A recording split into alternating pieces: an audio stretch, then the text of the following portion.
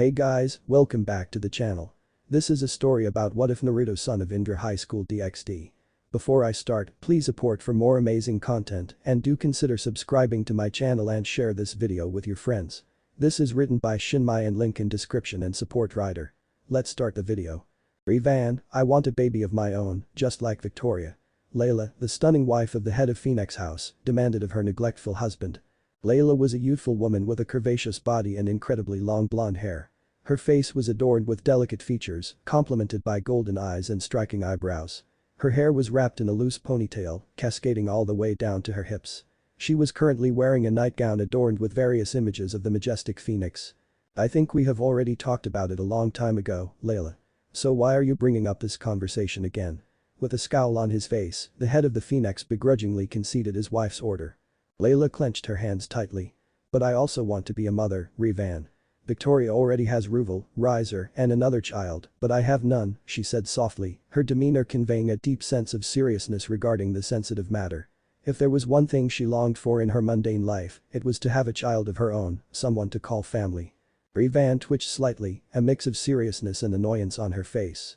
I understand, Layla. I know, but I can't change it. Even you can't do anything except come to terms with the harsh reality of your existence. You can't have children, Layla, and the sooner you embrace this truth, the less you'll suffer, he growled. Gasping in surprise, the Phoenix matriarch stumbled back.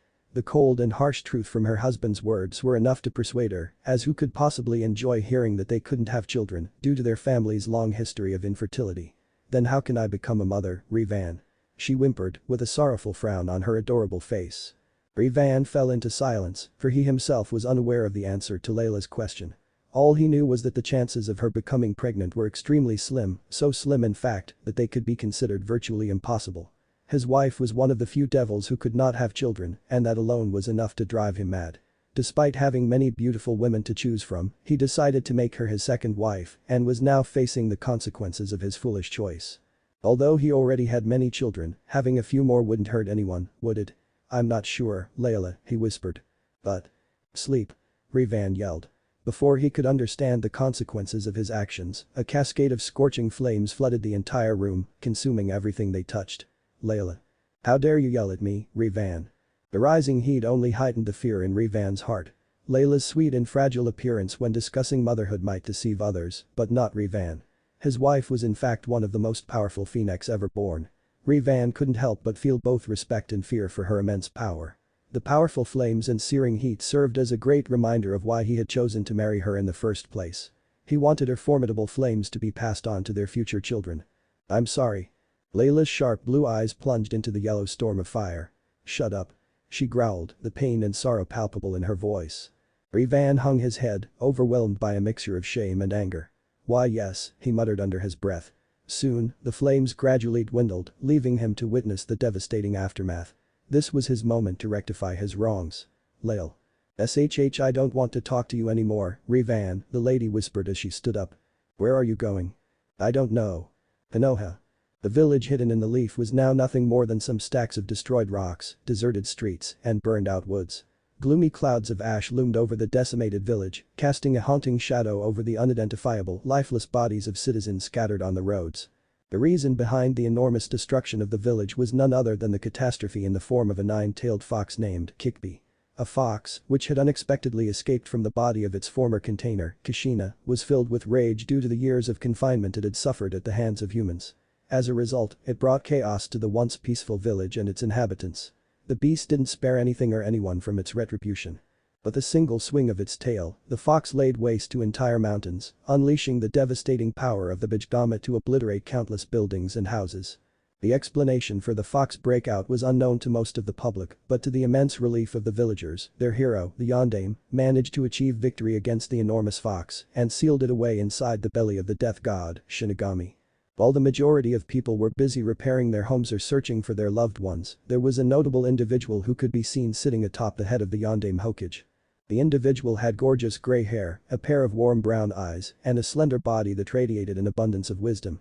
The person's face was adorned with wrinkles and marks that simply hinted at the depth of their life experience. The asserted individual was none other than the third Hokage of the village of Konoha, Hiruzen Sarutobi. The man was currently eyeing his precious village that was simmering within the flames of hatred and sorrow.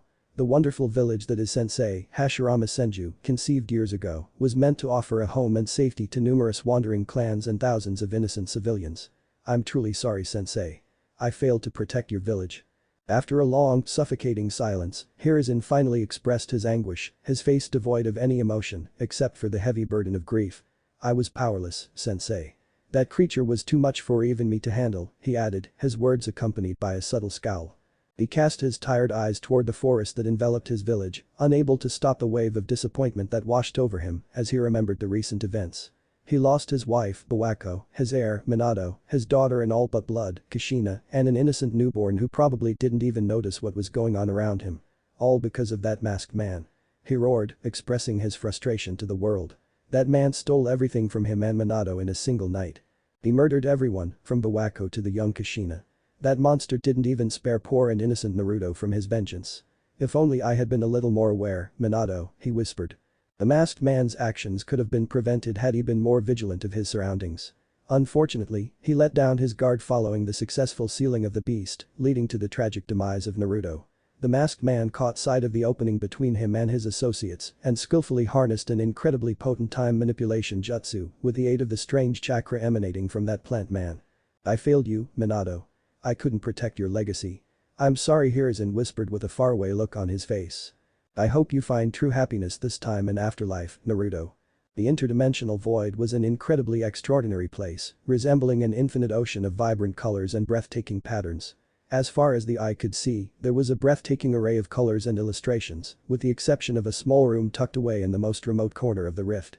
The room in question was unremarkable at first glance, merely a small space constructed from neatly organized concrete blocks, infused with an unusual white energy. It was further adorned with stunning ripple patterns bathed in purple hues, inscribed on both sides of the walls. At that moment, the room was occupied by 3 people dressed in elegant white robes. The first individual was a tall, pale-skinned man with a face adorned by thick wrinkles and a sharp jawline.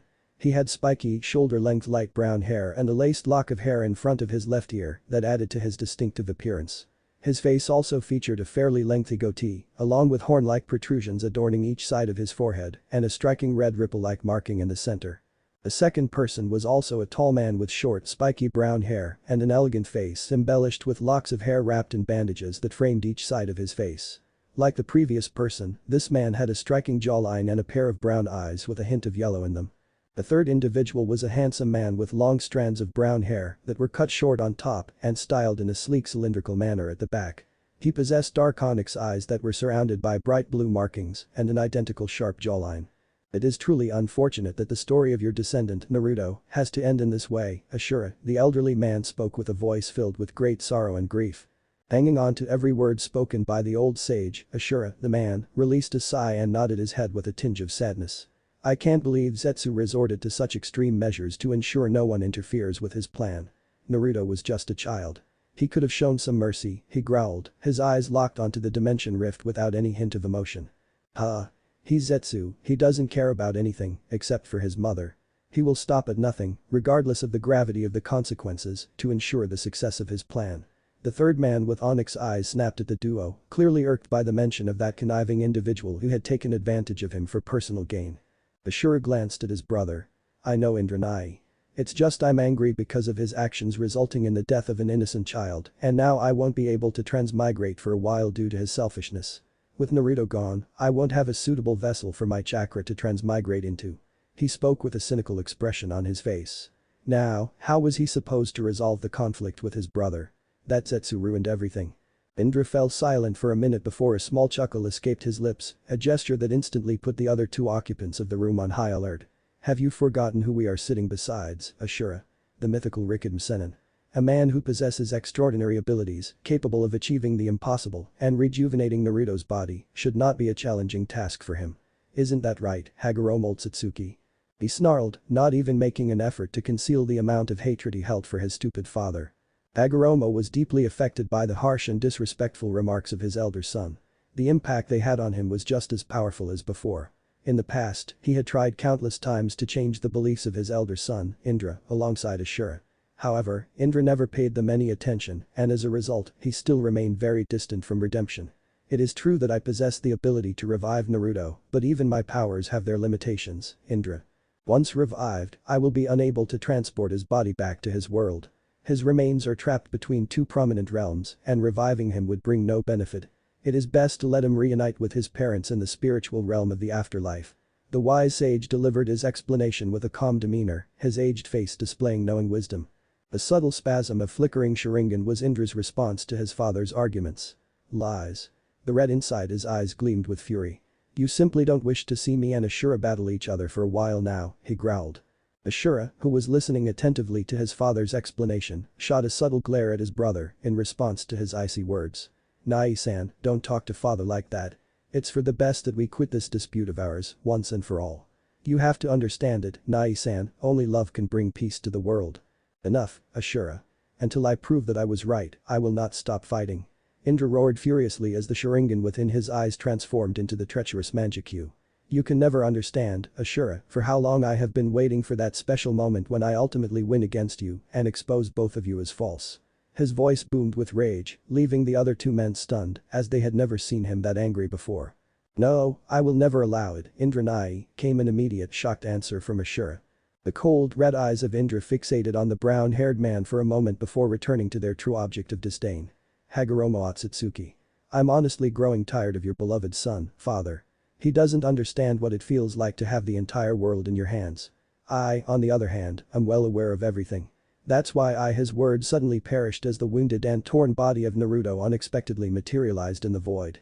Realizing that the body had completed its interdimensional journey to the afterlife, Indra closed his eyes with gratitude and respect. Despite the boy's insignificance, he had died at the hands of his foolish descendants, a fact that filled Indra with sadness. I hope he finds his family. His fiery red eyes snapped open abruptly as a cunning idea coursed through his wicked mind, an idea that had the potential to change everything for him and satisfy his insatiable thirst for power and admiration. Living a life filled with hatred and scorn had somehow become an expected part of his existence as a transmigrant, and he wanted to change that. With a wicked smirk on his face, Indra glanced at his father and blinked. Oh, dear father of mine, I have a fascinating proposal for you, he whispered, his words carrying the ominous weight of a serpent poised to strike its prey. Witnessing the sudden change in his son's expression and voice, Hagoromo became cautious, but he was determined to hear Indra out regardless. What kind of proposal? He asked, looking quite skeptical of the sudden request. Checkmate. The progenitor of the Uchiha clan thought gleefully, I can see that you are eager to bring an end to this eternal dispute. So, for the sake of you and my dear brother Ashura, I will finally put an end to this endless conflict. He murmured with a calm demeanor, concealing his happiness as he reveled in the surprised expressions of his brother and father. What do you want in return? The elder sage inquired shortly, well aware of his elder son's cunning nature. Indra would never undertake something of such magnitude unless it greatly benefited him. That was just the way his son was. I want you to revive Naruto. A deafening silence fell over the whole area. Why? Ashura snapped out of his shock and turned to his brother with a cautious expression, demanding an explanation. Indra's lips released a moan filled with irritation. If they continued to progress at that rate, he was sure that it wouldn't be long before he let loose his temper again. I am exhausted by this repetitive cycle, Ashura. I want to try something new, something that doesn't involve the shinobi world. I will leave that world to you and your power of love, he said as he turned his eyes to look at the child's body.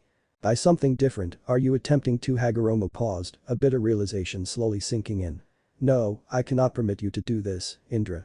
He exclaimed, startling his younger son with his firm words. Clasping his hands tightly, Indra forced a fake smile onto his face, a crucial element of his plan. In order to successfully manipulate his father, he needed to control his anger and smile more often. Otherwise, their conversation would end up being completely pointless. Father, you are being unfair.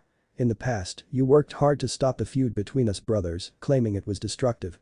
But now, when I'm offering a chance to finally resolve the issue, you are denying my proposal, Indra mumbled, shaking his head in dissatisfaction. Hagoromo felt as though he had withered away upon hearing his elder son's words. Despite their harshness, he couldn't deny their truth. I understand, Indra, but what you aim to do is not noble either. It can ruin the balance between the two realms. He made an earnest effort to argue with his son, hoping that he would come to realize the impracticality of the idea. Unfortunately, all Hagoromo received in response from Indra was a hollow chuckle. I should have expected it because there's no way you would ever agree with me, father. I bet if Ashura was in my place, then you would have supported the idea without hesitation. With the intensity of an inferno, Indra's comments engulfed the entire room in an overwhelming surge of hatred. "You're absolutely," the old sage tried to argue, but was once again silenced by his exasperated elder son. "I'm not mistaken. You've always favored Ashura over me," Indra snarled as the Manjicube began to spin in his eyes. Realizing that his father was being pressured by his brother, Ashura made the bold decision to step into the conversation. "Father, if Indranai genuinely wants to bring this child back to life, then please it. I don't see any harm in that," he suggested, knowing that no matter how absurd the proposal might seem to his father, finding an end to the feud was of utmost importance at that moment. Hagoromo fell silent for a moment, a ragged sigh escaping his lips. "Very well," he whispered, unaware that by accepting Ashura's suggestion, he had inadvertently proven Indra correct. "However, the child's body will require chakra to survive.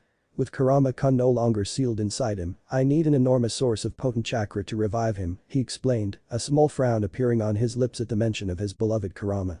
Upon realizing that his descendant was the one to be revived, Ashura was on the verge of nominating himself, but he couldn't when Indra spoke before him. "I will bestow upon him my mighty chakra and eyes, father. I have little left to accomplish in this realm, so I am more than willing to gift this child with my exceptional chakra," Indra declared with a joyful grin on his face, advancing confidently towards the infant, eager to impart his formidable chakra upon him. At that moment, Ashura comprehended his brother's intentions. He pointed an accusing finger and shouted, "You want to move to that new world with the help of this child, Nai-san. Don't you?" Ignoring the disturbance caused by his little brother, Indra continued to stride towards the lifeless body of the child. Upon reaching the destination, Indra gently tapped the boy's forehead with his index finger, and immediately a malevolent wave of purple energy engulfed the child. "I have great expectations for you, young Naruto," he said to the boy who was still surrounded by his energy. "I cannot explain it, but when I first laid eyes on you, a strange sensation stirred within my heart. It told me that you will be the one to demonstrate the true power of Indra Otsutsuki to the world. I sincerely hope that my instincts do not fail me this time, Naruto." His lips lowered in shame as he remembered the disappointing legacy of his descendants in the shinobi world. Shaking off the sad thoughts, he was about to stand up but hesitated when an incredibly important thought struck his mind. "How could I forget that?" Indra exclaimed to himself. Without wasting any more time, the man delicately grasped Naruto's right palm. Suddenly, a symbol resembling a crescent moon materialized on the boy's skin. "Do amazing things, Naruto, and always love your mother, as mothers never discriminate among their children." With those words, Indra confidently stepped away from the child and signaled his father to unleash the power of the ultimate Rinnegan technique. Hagoromo instantly understood the significance behind his son's gesture. He clasped his hands together firmly, forming a prayer-like position, and began to speak a few words. "Dedmarin Tensei. Art of Rin Rebirth." For a brief moment, nothing out of the ordinary occurred, but soon a strange blue outline materialized in the hands of the sage. Beckoning the blue light towards Naruto's body, Hagoromo smiled. "You truly are an extraordinary individual, Naruto," he whispered to the boy. "My son Indra has never gone to such lengths for anyone, not even for himself. I hope that wherever you're going, you achieve great things and make him proud." As soon as he finished speaking, the child was enveloped in a brilliant blue light and began trembling as he soared into the air. While everything was happening, Ashura stood on the sidelines, unable to hide his frustration as he watched the blue light infiltrate the body of his descendant. Regardless of what his brother and father said, he couldn't let his descendant sink into such hatred. Naruto was and would always be his descendant, and it was his duty to ensure his safety. "Yes. I need to keep him safe from the harmful effects of Indranai's chakra." He thought and closed his eyes as he placed his index finger on the ground, a gesture that caught his father's attention, causing a warm smile to form on his face. "It's very unfortunate that we couldn't stay together for long, Naruto, but remember, I still believe that you'll grow up to be a very good person and will help those in need. After all, you're one of my descendants, and they always make me proud." He smiled warmly, his eyes filled with pride and love. If his brother's chakra ever attempted to influence his mind, his potent and powerful chakra would always be there to protect him from it. "Also, I hope you find true happiness and fulfillment with a loving family this time. Huo." As Layla strolled through the vibrant and bustling park of the picturesque little town, she couldn't help but wonder how those terrible devils had managed to seize such a stunning place from the majestic Imkai. No matter how hard she tried to imagine, her mind still refused to come up with a plausible explanation for the whole situation. It was as if the devils had slyly stolen it from the Imkai, while those oblivious fools never even realized what had happened in the first place. Whatever the reasons or conditions were for such an exchange, Layla was glad that her faction had managed to acquire this beautiful town. Trapped in the dreadful world of the underworld, she had forgotten the exquisite beauty that the human world could possess when it so desired. Decorated with lush green trees and beautiful buildings, the town looked like something out of a fairy tale, or at least that's how it appeared to her. The artificial towns of the underworld, although just as stunning as their counterparts in the human world, had one major deficiency, according to her. The absence of humans. It was the humans and their emotions that made these towns so enchanting, something that those towns in hell could never hope to achieve. Mama, look at that lady, she's so beautiful. A radiant smile and warm eyes lit up when a small girl who was playing with her mother smiled at her, while pointing out her beauty to her apparent jealous mother. The woman was looking at her as if she were an abomination, and Layla couldn't blame her for it. Humans were inherently envious creatures, often filled with resentment towards anything they could not possess or conquer. Supernatural entities' charm and beauty were one of those things, and it was evident that humans would hate them for that. After all, beauty and charm carried a lot of power and influence in their mortal world. Yeah, Suki-chan. Now let's go to that other ride in the park. Layla couldn't help but smile as the mother practically began to drag her daughter away from her. Although amusing for a moment, the entire incident quickly made her realize one crucial thing. She had a family of her own. She whispered, feeling the shards of bitter reality piercing her shattered heart. Beauty and charm were temporary, but a family and the happiness that it brought with itself were eternal. Her beauty, on which she was fawning over a while ago, would eventually cease to exist and could never win against the love and support that women receive from her daughter daily. Now, I feel envious. A radiant smile adorned her beautiful face as she found herself at the opposite end of the spectrum this time. It was amusing how she had laughed at that lady just a while ago, and now that very same lady had managed to ruin her entire day without uttering a word. Vile humans and their families, she muttered under her breath as she began to walk towards the dense part of the park, hoping to find something interesting or at least a place to sit and mourn in solitude. It wasn't long before she finally arrived at her desired destination. A secluded clearing, enclosed by a dense canopy of towering trees and a pond brimming with pristine, sky-blue water. Overall, the place was exceptionally beautiful, and Layla was sure she could happily waste away some precious hours of her life there. Finally, I can relax. She sighed, sinking onto a bench placed by the pond for visitors to enjoy the view. Life has been exhausting lately, especially with Riser being so needlessly irritating, she murmured, recalling the prank the child had played on his father's birthday.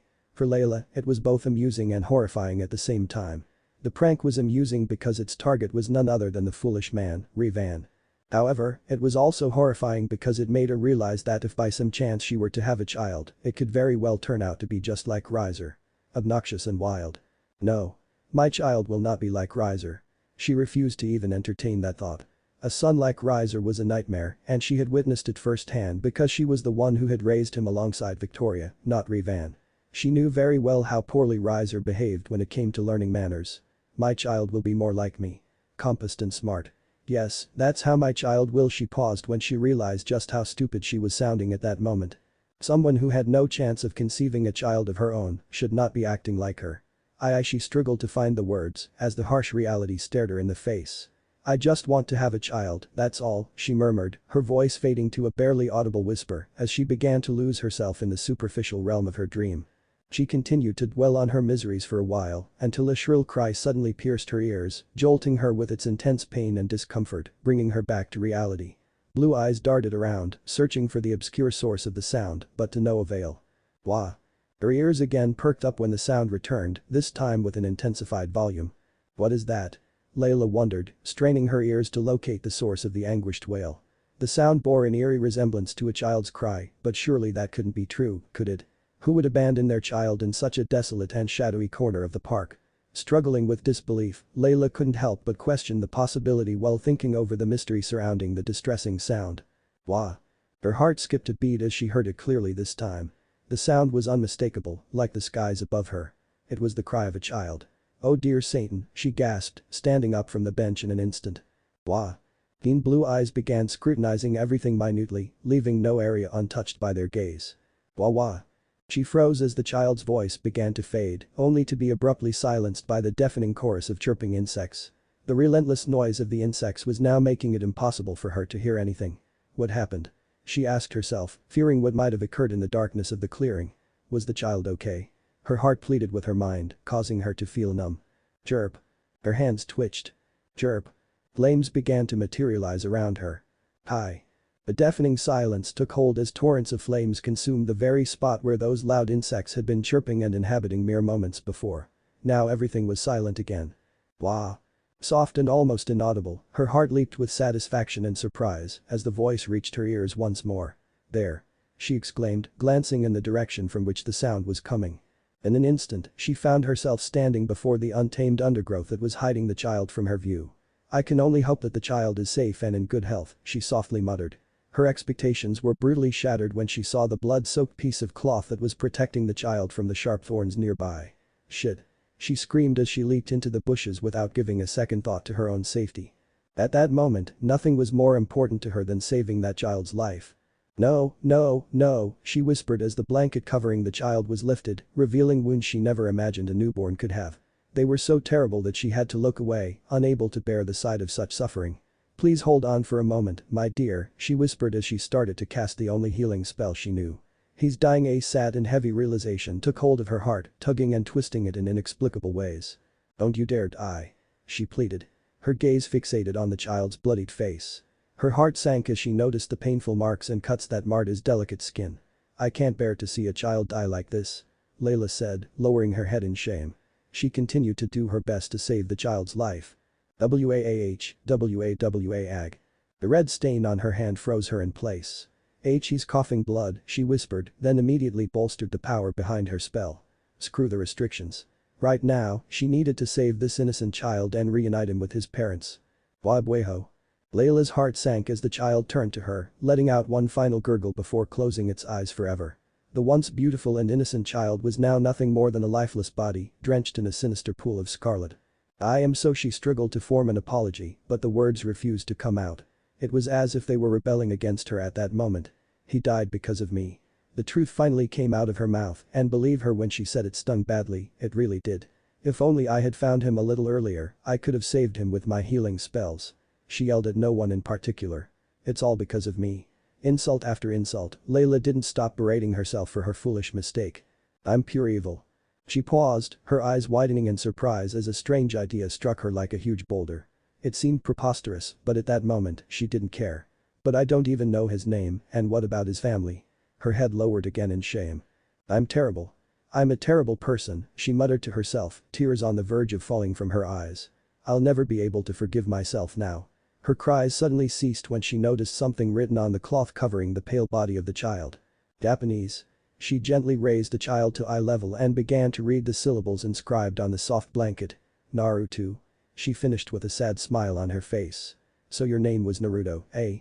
Her guilt-filled eyes stared at the lifeless body of Naruto. "Wah." Her heart nearly stopped when the child suddenly moved his hand and gently grabbed one of her fingers within his grasp. It was truly incredible, and she was unable to fully express the depth of emotion she felt at that moment. "No, I can't let him die like this." She was determined to save the boy. If he had a family, he wouldn't be in such a dire condition. Perhaps he was an orphan or someone who was neglected by his parents for some unknown reason. Yet, none of that mattered to her.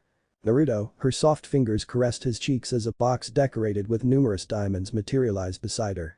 "I will save you, my child," she whispered and gently opened the box, revealing shiny new chess pieces. "Now." The shimmering, ethereal shield abruptly enveloped the duo, concealing them from the prying eyes of humans. "What should I use for you?" "A rook piece?" she asked him, blinking as he looked at her in response, his vibrant blue eyes on the verge of closing again. Blue, her eyes twinkled with happiness. He had her eyes, she thought, and she almost squealed when she saw his blonde hair. He was just like her. Her son. In that instant, she finally made her decision. With a swift motion, she lifted the queen piece from the box, deftly arranging the magical circles needed to bring forth a reincarnation of a person into a devil. It was her first time doing this, and she was determined to make it worthwhile for both herself and her child. Her child. Her heart fluttered again as a strange sensation swarmed it from all sides. "There," she smiled as she delicately placed the queen piece on the boy's chest, watching it vanish into his small body. She was ready to recite the spell for the procedure, but was abruptly silenced as the ground beneath her began to violently tremble. "What's happening? Is this an earthquake?" she exclaimed with concern, trying to keep her balance on the trembling floor. Snap. Hearing the strange sound, Layla immediately turned her attention back to Naruto, only to gasp when she finally saw the extraordinary spectacle before her. The massive, almost overwhelming amount of distinct purple and golden energies were flickering around Naruto's body. It seemed as though the energies were trying to harm both her and her child, yet mysteriously, they managed to avoid causing any harm to either of them. "What is happening?" she exclaimed, unable to conceal her amazement any longer. Her mind was transfixed by the immense energy irradiating from her child. Roar. Her blue eyes widened to unnatural proportions as the energy transformed into a menacing creature that could make even Satan tremble in fear. It was huge, and the most surprising part was that it was only its torso. Her throat went dry as the monstrous half-torso creature raised its hand and lightly tapped her forehead. Instantly, a surge of energy coursed through her body. However, before she could even utter a single question, the creature vanished as mysteriously as it had appeared. Naruto. She swiftly picked up her child and smiled at the sound of his adorable little snoring. I finally have a family of my own. She exclaimed with a tearful face, releasing the grief she had held in her heart for years. End. Chapter 2. All yours, Naruto. A few years later. Hey, can I play with you all? The blonde-haired child exclaimed, his huge cerulean eyes sparkling with joy and uncontained excitement as he watched a group of children engrossed in a thrilling game at the playground.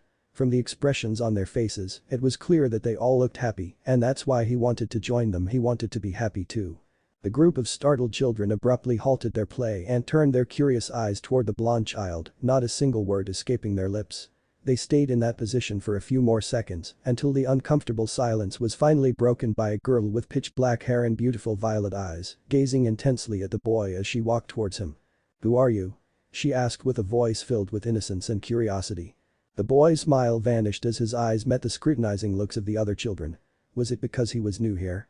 He wasn't sure, but he turned his attention back to the girl, feeling a sense of uncertainty. He paused, taking a moment to collect himself. "I'm Naruto," he said, introducing himself timidly and cautiously, careful not to overstate anything. His name stirred varied reactions from everyone around him. Some recoiled in suspicion, others blinked in curiosity, while the rest simply smiled, including the girl standing in front of him. "I'm Sona Citri. It's a pleasure to meet you, Naruto," she said, gracefully adjusting her lilac frames back onto her slender nose. She could already tell that the boy was shy and afraid by his behavior, but she chose not to pass any judgment.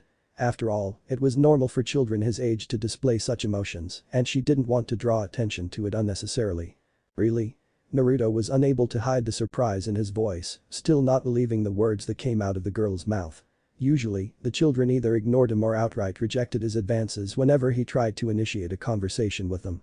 Although he had not yet figured out the reason behind it, his beautiful mother, technically his aunt, had once mentioned that it had something to do with his cousin Riser, whom he had never met. The Citri girl couldn't help but frown at the boy's overly hopeful and bewildered expression, which made her feel confused. What was there to be so happy about? After all, they welcomed everyone, her mind mused. Nonetheless, she nodded her head in acknowledgement. "Yeah," she mumbled, her hesitation evident in her tone. Naruto responded with a beaming smile, almost blinding the girl with his radiant expression. "It's a pleasure to meet you too, Sona Citri," he exclaimed, enveloping the poor girl in a bone-crushing hug.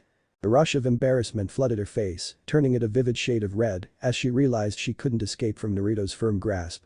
Though his hug was warm and comforting, it still left her feeling utterly embarrassed, only slightly less so than her sister's infamous hugs. "I can't breathe," she finally wheezed out between her futile efforts.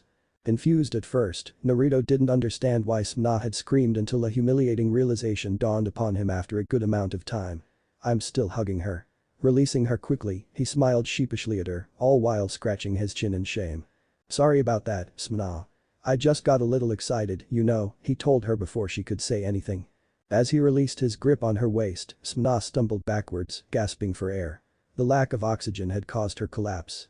Regaining her composure, she took a deep breath to restore her calmness and stared at Naruto with an intense glare, as cold as ice, completely leaving him speechless. "Excited for what?" she sneered, momentarily losing control of her emotions. After her outburst, the children behind her began to laugh at Naruto's misfortune. Naruto recoiled at the pointed insult about his intelligence and quickly averted his gaze from her face. I don't have any friends to play with, Sona. So when you said that you'll play with me, I got excited and lost control of my actions." "I'm sorry," he murmured, expressing his deep sorrow and remorse with every word. He acknowledged that what he did was wrong and had no problem admitting to it. All the coldness vanished from her face and her eyes softened as soon as Sona heard his answer. It was truly unfortunate. "Why don't you have any friends?" she couldn't help but ask him. Naruto perked up as soon as he heard her question. He mustered a small smile, doing his best to hide the emotional pain. It was his way of trying to alleviate the heavy atmosphere between them. "I don't know," he said with a shrug. "My mother says it has something to do with my cousin," he replied honestly, feeling no need to hide anything from the girl. "Cousin?" A grim expression replaced the smile on Naruto's face. Maybe you aren't familiar with him, but his name is Riser Phoenix. Don't utter that name here, Phoenix. Sona sighed in annoyance as she instantly recognized the owner of that shrill shout. It wasn't hard, to be honest. In the entire underworld, only one person loathed the Phoenixes that much. Rias, she whispered and turned around to confront her friend. Rias, who was shooting icy glares at Naruto, suddenly turned her attention towards Suna and smiled, while Naruto, who was gaping at her in awe, instantly felt a bead of sweat forming on his forehead at her strange behavior. Hey. Didn't I tell you to stay away from those Phoenixes? They are bad devils, Rias exclaimed, frustration evident on her face as her friend ignored her warning and continued standing near the boy. Suna shook her head in exasperation, clearly irritated and weary of her best friend's foolish behavior. Rias, your problem is with Riser Phoenix, not the entire Phoenix clan. Please refrain from including them in your naive and unwarranted disdain for Riser. She scolded her in hopes that her friend would finally grasp this point. For a moment, Rias simply stared at Suna in shock, then a soft murmur escaped her lips. Don't scold me like that. I will follow my heart, teacher Suna. Besides, we're only 7 years old for goodness sake. Stop using such complex vocabulary in front of us. She concluded her little rant with an adorable pout and angrily flicked her hair back. Naruto, who was silently listening to their conversation, couldn't help but nod his head in agreement with Rias. Even he was confused by the complexity of the words Suna used. Whatever, Rias, Sona sighed and shifted her attention back to Naruto. Instantly, he stood up straight, sensing her presence. Don't pay attention to her, Naruto. You're more than welcome to join us without any issues, she reassured with a gentle smile gracing her face. Despite the girl's reassuring words and gentle smile, Naruto's relief quickly dissipated as he turned around to join the children in their play, only to be met with stares of distaste and scorn on their faces. Shaking off the negative thoughts, he began walking towards them until a small hand came in his way and stopped him in his tracks. You are not joining us, idiot. Naruto looked over to his side and saw that the owner of the hand was a dark-haired boy, around his age or a little older. Who are you, and why are you stopping me? He asked the boy cautiously, not in the mood to start a fight with a stranger. Because fighting was bad, at least that was what his mother had told him. I'm Ria's friend, Harris Aligos, and I won't allow any Phoenix, especially a half-blooded devil like you, to come near our princess. Before Naruto could argue with the boy, a wave of laughter erupted from the surrounding playground, leaving him momentarily speechless. Leave him alone, Harris. My mother told me that he's a very weak child, so delicate that he can't even control the power of his house's legendary fire, exclaimed a small blue-haired girl standing beside the arrogant boy, reveling in the other children's reaction. The newly acquired information only intensified the laughter directed at Naruto, except for Suna and Rias, who seemed torn about the entire situation. Overwhelmed by the horrid sound of their mocking laughter, Naruto quickly glanced down at the ground to hide his disheartened expression. What did he do to deserve this treatment? He had behaved exactly as his mother had instructed him to. He didn't forget to smile at them and even spoke to them with respect, so why were these children still making fun of him? Was there something wrong with him? Had he done something wrong? Why were all the children rejecting him? All he wanted was to make some friends. Unable to bear their taunting and the weight of their laughter any longer, Naruto lifted his head and looked at the group of children with a fiery glare, red consuming blue in his eyes for a moment. Why are you all laughing at me? I just wanted to play, he responded, directing as much anger as his young mind could muster towards the other children. We refuse to play with a half-devil like you, fool. You are no match for us pure devils. Overcoming the shock and fear of the red eyes, an obese brown-haired boy snarled at Naruto. The single Tomo began to spin ominously in his red pools of hate as Naruto regarded the boy with his sharp gaze. Who said I wanted to play with you, fat pig? His cutting remark pierced through the layers of fat and hit the boy's sensitive heart. I wasn't even talking to you. He added, trying to sound as angry as he could. The ominous red eyes suddenly shifted towards Rias, who involuntarily stepped back in fear. What's the matter, Rias? I don't even know you. All I wanted was to make friends, especially since my mother hates it when I'm alone at home. Naruto's outburst ended with a sad frown, causing the chubby boy to tremble in fear and Rias to recoil in embarrassment. For the first time in her life, Rias found herself at a loss for words in front of a phoenix. What was she supposed to say now? That she didn't like him solely based on his lineage? No, she could not say that now because it sounded absurd, even to her. I'm sorry. She finally found the words and was about to express her remorse to the boy, but he stopped her. No need to say anything now, Rias. Naruto whispered in response, suppressing his sadness and meeting Ria's sorrowful gaze with a piercing glare. He suddenly turned his gaze to Harris and the girl with the blue hair. Yes, I am a half-devil, but my mother says that I am better than full ones, so suck it up, you two. More tomos joined the eerie dance that was transpiring within his eyes. "You both wait and watch, I will become stronger than all the devils," he exclaimed as bright tendrils of white and black flames blazed around his slender form, making everyone around him quiver in fear and shame. Satisfied with the results, Naruto turned on his heels to face Shinmai. "I'm sorry for saying bad words, but these idiots were laughing at me for no reason. However, you're one of the good ones, Shinmai. I wish everyone was cool like you." He smiled and winked at her, although the gesture did not sit well with the poor girl.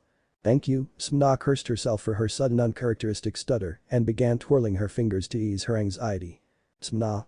Her eyes were fixed on him and they dilated when he smiled at her once more for some unknown reason. "Why yes." She stuttered. "Why are you so cool and kind?" Dumbfounded, she tilted her head in confusion. How was she cool and kind? She was practically the embodiment of a devil. Oh, the realization finally dawned on her. He was talking about her behavior. "I want to study in the human world, Naruto, and that's the reason I'm trying to mimic their ways," she immediately answered before he could embarrass her any further. Naruto blinked at her. The human world. He wanted to go there too. It was at that moment Riaz decided to intervene in their discussion. "Yes, human world, Naruto." She smirked at him.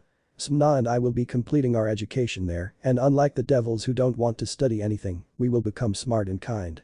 Her arrogance and teasing tone were hard to ignore and piqued Naruto's curiosity. Riaz and Shinmai exchanged confused glances as the boy seemed lost in deep thought. "Sona." The Citri girl immediately stiffened, as did Riaz. "Why yes. Can I accompany you to that school?" Naruto asked, giving her the most captivating innocent face ever witnessed. He knew it was the perfect chance, as there was no way humans would refuse his friendship. They were like him, and he was confident that he would make many friends there. Unaware of his inner thoughts and Ria's surprise, Shinmai smiled faintly at him. "Of course, Naruto. I will discuss it with my sister," she replied, undoubtedly pleased to encounter a male from her race who was eager to join her at the school in the human world. Usually, devils would just laugh at her for even thinking about being in the human world. They found it repulsive that someone from their race wanted to be friends with those lowly creatures, but she was open-minded and accepting, and she welcomed everyone who thought the same. "Shinmai, you can't do that. It's a girl-only school. My sister can handle that, Riaz." "But." "Thank you, Shinmai."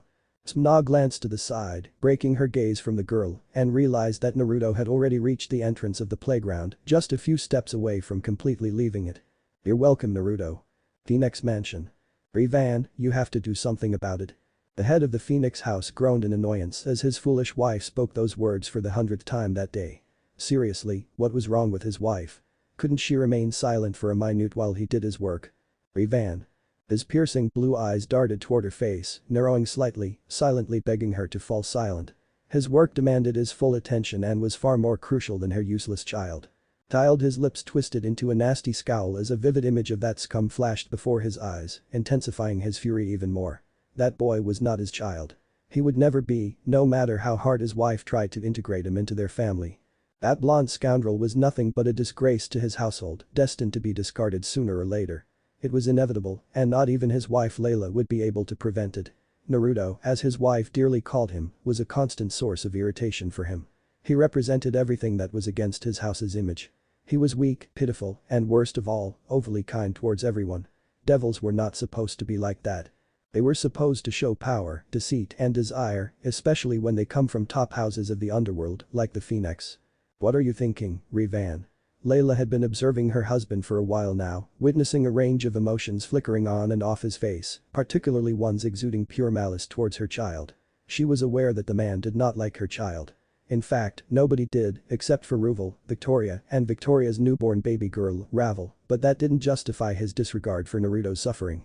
Whether he liked it or not, her child was still a member of their household, and it was Revan's duty to protect him from the baseless discrimination that half-blooded individuals faced in their society. Revan snapped out of his stupor and glanced at his wife. "Nothing," he whispered, all the while cursing himself internally for stuttering in front of her. Now she would surely sense that something was wrong. "You don't have to act, Revan." She already knew. Fear enveloped his face as his wife's eyes narrowed ever so slightly. "What are you insinuating, Layla?" He was well aware of what she was trying to insinuate. After all, it was common knowledge that the residents of his household despised Naruto. "I know, Revan," Layla whispered, her voice barely audible as she settled down on the chair beside him. "I know." Her eyes burned with intense anger for a brief moment before returning to their vibrant blue hue. She didn't want to frighten her husband, at least not while she still needed him to help solve her child's problem. But once that was done, she would have no qualms about burning him alive if he ever tried to harm her child again. His treasured immortality was no match for the power of her flames. Everyone hates him, and you are no exception, Revan. But don't worry, I won't harm you as long as you keep your distance from him. She made sure to emphasize the last part to make him aware of his boundaries. Why do you still love him, Layla? Either get rid of him or keep him as a servant so that our household can be spared from the humiliation he brings upon us every day. He is not deserving of our family name, Revan said, oblivious to the impact his words would have on his wife after her recent statement. Crack. Revan jumped away from the table in surprise when it was engulfed by the unforgiving flames of his wife. You never learn, do you, Revan? His blue eyes shot wide in fear when searing golden flames flickered behind the graceful silhouette of his wife. After all these years, you still have not grown up. As the shimmering hot flames then unfurled around her, an ominous presence started to take form within them. Wings. Revan knew exactly what that meant. It was the symbol that he and his family carried proudly in their names, honoring their legacy. Phoenix's whole body tensed up as a pair of wicked piercing blue eyes locked onto him amidst a raging storm. They were truly terrifying. I have told you numerous times, Revan, if you are unable to love my child, then at least do not hate him, Layla whispered. Her words were almost inaudible due to the fear that had filled the room moments ago. But you never understood a single thing. Years have passed, yet your attitude toward my child remains unchanged. And now she let her words linger in the air, leaving her husband to decipher them for himself. And now? The frustration intensified as he was unable to do so. I've had enough of you and these devils. I loathe them from the depths of my heart. Their mere existence enrages me. The way they insult and harm my child makes me want to destroy them, Revan. With each word she uttered, a torrent of fire erupted, aimed at the random objects scattered throughout the opulent room. She wanted to hurt her husband, Revan, too, but that would have meant attracting the attention of the entire underworld, and she didn't want that, at least not yet.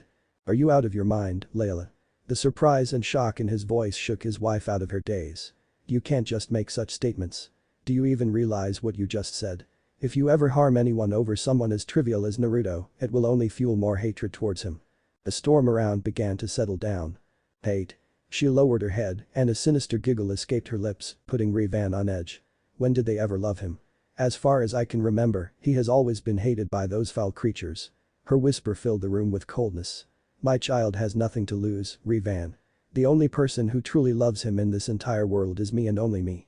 Her bold statement elicited a piercing gaze from her husband. Foul creatures.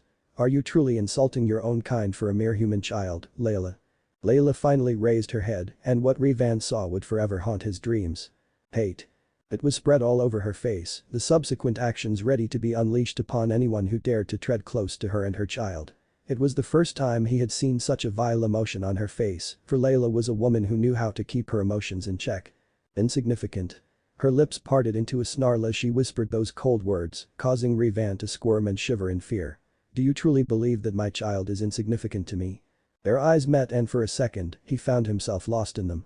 They were beautiful yet dangerous at the same time. The boy whom I poured my heart and soul into, cherishing with all my love and care, nourished with my invaluable breast milk, and shielded from every wicked elder of our house, is insignificant to me. Revan rose gracefully from his chair, his gaze fixed upon her.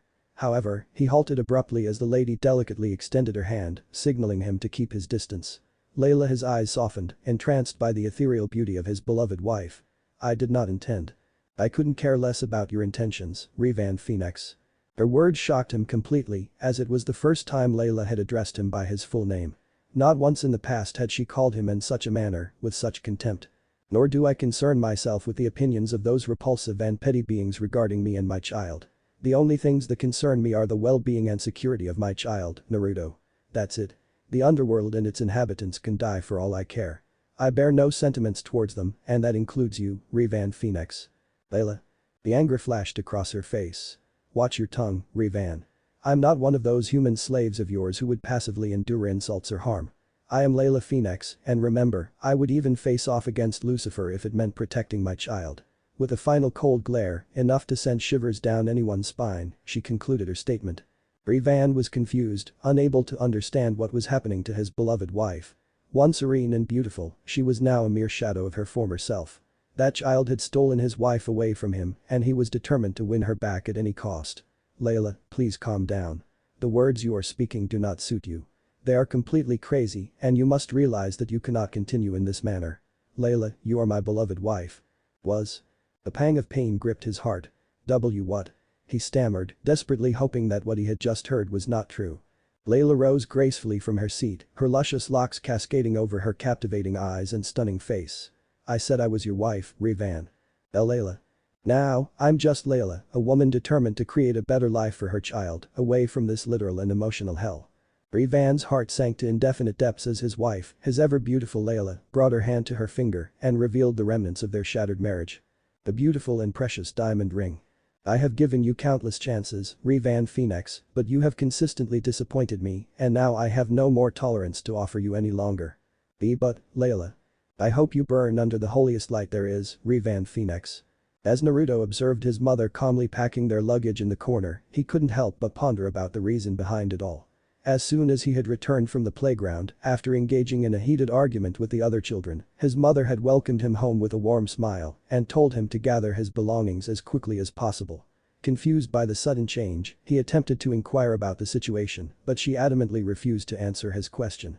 After a brief but loud argument, he eventually accepted his defeat and decided to do whatever the lady had instructed him to do. Can you please tell me at least where we are going, Mama? He looked at the lady once again, a glimmer of hope in his eyes as he eagerly awaited a response. Layla, still in the middle of packing her luggage, decided to take a break and looked over at her child. A small smile tugged at her lips as he gazed at her with concern.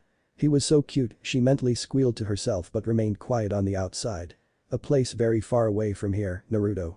She finally spoke and had to hold herself from laughing out loud when her child pouted at her, as if her answer did not please him. Oh, don't play with me like this, Mama, and tell me where we are going. I want to know so badly. The stunning blonde delicately rested her index finger on her chin, deep in thought. I think we are going into the realm of humans. Wait, human world. Her smile widened as she witnessed Naruto's reaction to her revelation. It was evident that he was genuinely pleased with the new information, and this alone brought her joy as well. After all, his happiness was her happiness. Do you like the idea, Naruto? She asked, giggling as the boy frantically nodded in agreement. Oh, I'm so happy to hear that. Why are we moving there?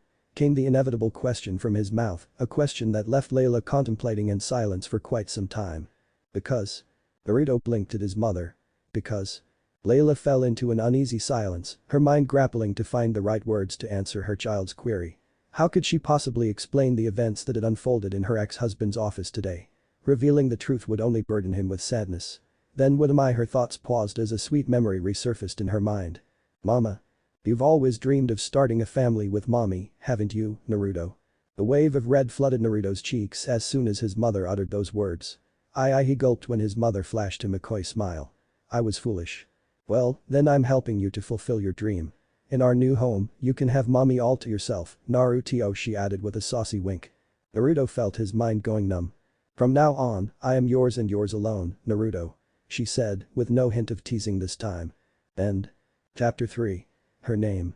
The Phoenix residence was an elegant estate situated on the outskirts of the beautiful town of Kuo. Surrounded by a rich variety of flora and fauna, the manor exemplified exquisite craftsmanship and meticulous attention to detail. The garden of the modestly sized manor was currently home to the dynamic mother-son duo, Layla and Naruto. They were both tending to the garden, eagerly working together to enhance its beauty. Their recent trip to the nursery resulted in an assortment of new plants, which they were excited to add to their growing collection. Here, let me help you, Naruto. Layla, the beautiful mother of Naruto, whispered as she took the saplings from her son's hand and placed them in a small pit that she had prepared beforehand. You must carefully place them in the pits. Otherwise, their chances of survival will decrease significantly. Her eyes, fixed on the saplings a moment ago, now shifted towards her son, who was observing her attentively with a faint pout on his lips. She raised her left hand slightly and gently moved it toward her son's face, playfully squeezing his cheek between her fingers. Is little Naruto angry with his mama? She asked, a warm smile spreading across her face as he attempted to avoid her gaze. I'm not angry. Naruto huffed, his eyes trying their best to remain away from her beautiful face. It was magnetic. At least, that's what the boys from Kuo Academy had told him when they first saw her. The fact that it came from them irked him greatly for some reason. I'm just frustrated because I can't do it as well as you do. His whining earned him a beatific smile from his mother, one that could melt ice if it wanted to. Because you are still a child, Naruto, and children take time to learn things. The pout on Naruto's lips grew even larger. But I'm already 10 years old, Mom. he grumbled, clearly displeased with the fact that he still couldn't assist his mother in gardening, which happened to be her favorite pastime. Layla released her hold on his cheek and blinked in surprise when she realized that she had left dirty marks. She smiled to herself for her small slip-up and gently reached out her other hand to clean her child's face, all the while softly humming a comforting hymn. "Did you even listen to what I just said, Mom?" Naruto looked at her hopefully, but was met with disappointing silence when his mother failed to answer his question again. It seemed as though she was deliberately toying with him, which was, of course, her typical pastime, teasing and annoying her son. "Fine, don't answer me." He pushed her hand away from his face and began to mutter something under his breath. "Naruto." The boy ignored her words and kept sulking with his face down. "Naruto," Layla whispered, once again met with nothing but silence from her child. Summoning her most warm tone, she leaned closer and whispered into his ear, ensuring that her voice resonated within him. "Oh, are you intentionally ignoring your own mother?" "Yes." Naruto was also not faring well. No matter how hard he tried to appear angry, deep inside, he knew he could never get, let alone stay, angry at her. It was simply impossible for him to do so because she was his family, or whatever remained of it. Since he learned to understand more nuanced concepts, his mother has never left his side, not even when that man tried to take her away from him. Her love for him surpassed anything he had ever witnessed, whether in fiction or in reality. So, getting mad at her was impossible. Instead, he had to put on an act in front of her and hope that she would fall for it, even though the chance was very slim. "Really?" Naruto nodded his head eagerly and was about to say something, but his words were caught in his throat as a pair of hands enveloped his small body in a comforting hug from behind. It was truly incredible, as always. "Is this enough to change your mind?" He did not need to turn his head to know that her mom had a teasing smile on her face. "No." He refuted. "Then, this?" Layla inquired, gently pressing a kiss to his right cheek, careful not to soil them with dirt once more. Naruto gasped, his face starting to flush with red. "What are you doing?" he yelled, trying to sound annoyed, but his mother effortlessly caught the hint of affection hidden within his voice. "I know you secretly love it, Naruto. So do not attempt to play tough in front of me. The more you try to resist, the more I will enjoy teasing you." "Love it?" The boy blurted out in fabricated shock. "What are you talking about, Mom? I don't like your kisses. They're embarrassing, especially when you do it in front of the school gate in the morning." He pitifully whined. Layla let out a mischievous laugh, her plump red lips curling into a sly smile. "Oh dear, I had no idea my actions were causing you such embarrassment, Naruto. If only you had mentioned it earlier." Her slender finger traced a path down his cheek, sending a tremor of unease through him. "Then what?" Naruto asked her, fearing the words that were about to come out of her mouth. Layla tilted her head and rested her chin on his shoulder, her mouth just an inch from his ear. "Then I would have teased you even more," she exclaimed, punctuating her words with a playful wink. Her laughter echoed softly as she watched his face turn a sudden shade of crimson. I never mind." Who was he kidding? His mother was a relentless teaser when it came to him, and there was no way she was going to change anytime soon. Expecting something innocent to come out of her mouth was as futile as expecting his cousin Riser to distinguish between friendship and slavery as two distinct concepts. "Huh?" He snapped out of his stupor and glanced at his mother, who was looking at him in utter confusion, probably because he had ignored her yet again for more than 5 seconds. "I said I don't have faith in you anymore, Mom," he whispered. Layla narrowed her gaze, urging him to proceed with his statement. However, as he remained silent, she made up her mind to ask him once more. "Why have you lost faith in me?" Her voice was a little softer this time, conveying a hint of tenderness, as she did not want to tease him any longer. "Not in you, but in your behavior. You are a hopeless tease, Mother." Everything finally made sense in her mind, and when it did, she quickly turned to him and gave a sly smile. "You are acting as if you are any better, Naruto," she fired back, causing her child to gasp in surprise. What do you mean by that?" "I'm not a tease, Mom." Her smirk widened, causing Naruto to instinctively take a step back. He knew all too well what that smile meant. Impending embarrassment was on its way. "Have you forgotten about your extreme fondness for maids and their dresses, huh, my little Naruto?" And she did not disappoint. From the depths of the valley of his darkest secrets, she unveiled the one that consistently caused him the most humiliation. Naruto's face flushed with embarrassment as he gulped, desperately trying to hide his true emotions. "I have no idea what you're talking about, Mom." He protested, denying any knowledge of the situation. "Really?" He paused for a second before offering a lame denial. "Why yes." Layla could not hold back any longer. She placed a hand on her abdomen and burst into loud laughter at her son's expense. Her amusement grew even more as Naruto began to sputter incoherently, trying desperately to prevent her from further embarrassing him. His efforts only fueled her laughter even more. Although she was currently teasing him, moments like these never failed to remind her of how much her life had improved since he entered it. Prior to him, her life had been dull and uneventful, like plain porridge. However, when she found him, he changed everything for her. He filled her life with a vibrant array of happiness and love. Now, Layla couldn't fathom a life without Naruto. It felt simply empty without his presence. "Boy, are you even listening to me, Mom?" Naruto's weak outcry brought her out of her stupor. "What?" She blinked at him, confusion evident in her voice. "Nothing." Over the past few years, Layla had gained a deep understanding of her child's behavior and interests. Therefore, when she noticed a scowl on his face, she instantly recognized it as a sign of sadness. But what was the cause? This was something she was determined to know. "What's wrong, Naruto? Why the sudden sadness on your face?" She asked gently, not wanting to upset him even more. "I don't understand what you're talking about, Mom." "I am okay, Mom," Naruto tried to argue, but as his mother embraced him from behind and rested her chin on his left shoulder, he realized he was losing the battle. It was difficult to resist her when she showed such affection. Now, if you are sad because I made fun of your fondness for maids, then I promise I will not do that ever again, Naruto." Feeling a sense of comfort, the boy relaxed within her warm embrace and leaned against her, his cheeks tinged with a gentle blush as he enjoyed the softness of her embrace. "I'm not sad because of that, Mom," he said, shaking himself out of his inappropriate thoughts. Then. Naruto paused for a moment, letting out an uneasy sigh. "I can't quite put it into words, Mom, but when I see you doing all these chores by yourself, I can't help but feel awful." He cast his eyes down, his fingers twisting in uncertainty. "I feel like I'm useless because you have to do everything yourself and there's no one here to help you. That's why I try to help you all the time, but my body always gives up." The pain in his voice was as undeniable as the sun in the sky above. There was no way he was pretending those emotions. Layla, who was listening to his every word with undivided attention, gasped slightly in grief. Naruto, she looked down at her child and had to hold herself back from sobbing loudly when he peeked at her with those beautiful and moist blue eyes of his. "My Naruto."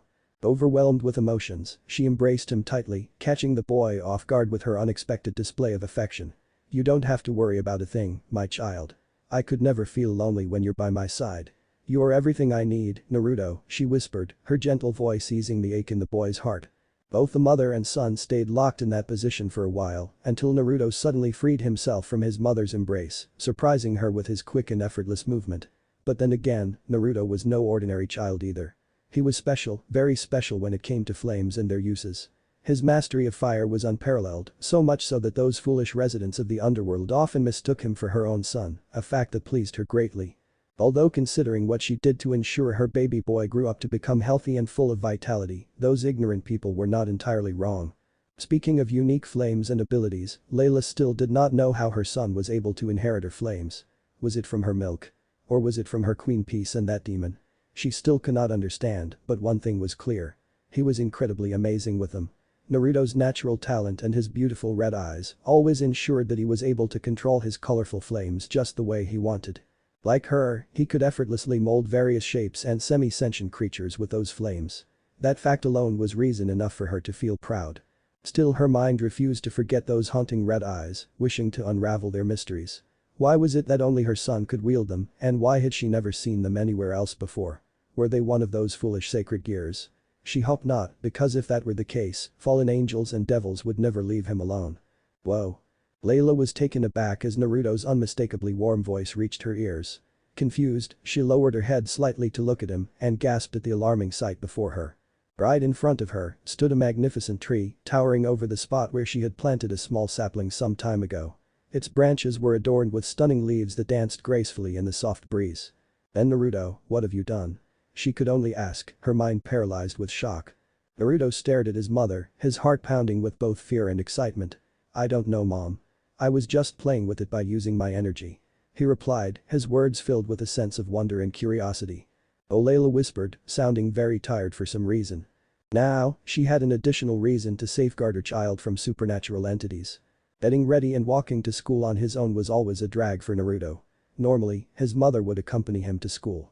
However, there were occasional days when she would either be too occupied or exhausted to accompany him. Unfortunately, today was one of those cursed days. Regardless of what Naruto may say about his mother's obsession with him and his life, deep down, over the years, he had come to appreciate the affection she showered on him. Her teasing and actions, no matter how strange they might seem to others, had become an essential part of his existence. He had become accustomed to her teasing, and now he dreads a day without it, along with the smile she would flash him afterward.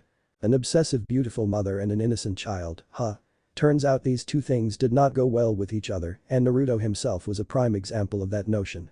But then again, she doesn't have anyone else to talk to. She left behind everyone else for me. The guilt he felt earlier returned, this time even more merciless than before. As teasing and childish as she might be, Naruto knew that his mother was a truly kind woman, even more so than the angels above. He firmly believed that she had been born into the wrong faction by mistake. She was meant to be an angel, not a devil. The devils were malicious and cunning beings, always driven by their self-interest. They showed little concern for anyone, not even their own kin. Their insatiable thirst for power was widely known, and they were overly willing to make sacrifices for it, whether in the form of humans or other devils. His mother was different from them. She was unique, far more than he could fully understand at this very moment. Unlike those horrible beings who callously disposed of others, his mother willingly gave up her life of luxury for him. She left her home, parents, and even her prominent clan and husband for him. Why?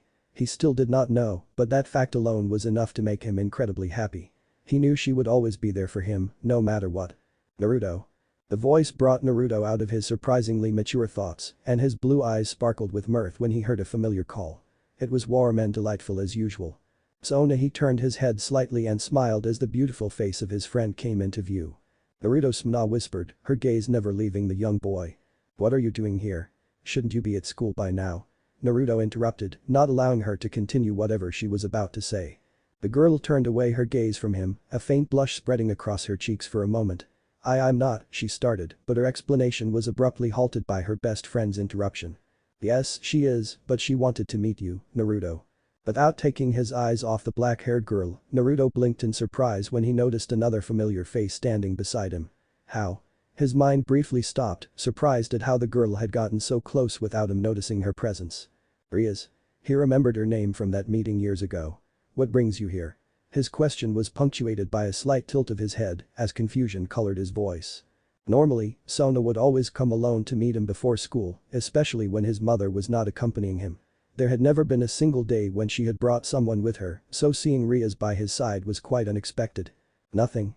I just decided to tag along with her. Liar. Ria's eyes twitched slightly. I'm not lying, Sna, she said with a smile, but there was nothing placid about it. Behind that smile lay only irritation and annoyance. Sure. The twitching intensified, however, Rias maintained her composure to avoid uttering anything foolish in front of the two individuals. Naruto had witnessed her acting irrationally without any reason in the past, and she was determined not to repeat the same mistake. She wanted to show that she was mature and friendly, especially when she was with someone who never called her princess or Gremory. The boy may not have realized it, but when he first met her and uttered those harsh words, he caused her to recognize her own foolishness and immaturity for holding a grudge against the entire Phoenix clan because of one person. So, to make amends, she started treating everyone with an open mind, hoping the boy would one day see her changed mindset and forgive her. Unfortunately, her dreams were shattered when she heard the news that one of the wife of Lord Phoenix had left the underworld with her child for unknown reasons. At first, Rias couldn't understand why someone would leave the underworld, but as the days passed, she began to realize that her realm was not the utopia she had believed it to be. It had its pros and cons, something Lady Layla surely took into consideration before deciding on her course of action. Rias. Her eyes snapped open and dilated as they locked with his piercing blue gaze. And Naruto, she stammered, her mind suddenly blank, all previous thoughts forgotten. Between her deep thoughts, she completely forgot about the fact that her heart, for some reason, liked the boy to no end. It was like it wanted him and him only. That's one of the main reasons she decided to accompany Suna this morning. Her heart yearned to see Naruto after all those years, and she was grateful that the logical part of her brain allowed it. The boy was still kind and positive, despite the impact of her influence on his social life in the underworld. Are you okay? The girl stumbled and almost fell backwards when the boy leaned towards her. I'm fine. She squeaked, at a loss for a satisfactory response to his inquiry. Oh, but you are looking. Suna, who had been observing her friends from afar, couldn't resist intervening upon witnessing the overwhelming attention Rias was receiving from Naruto.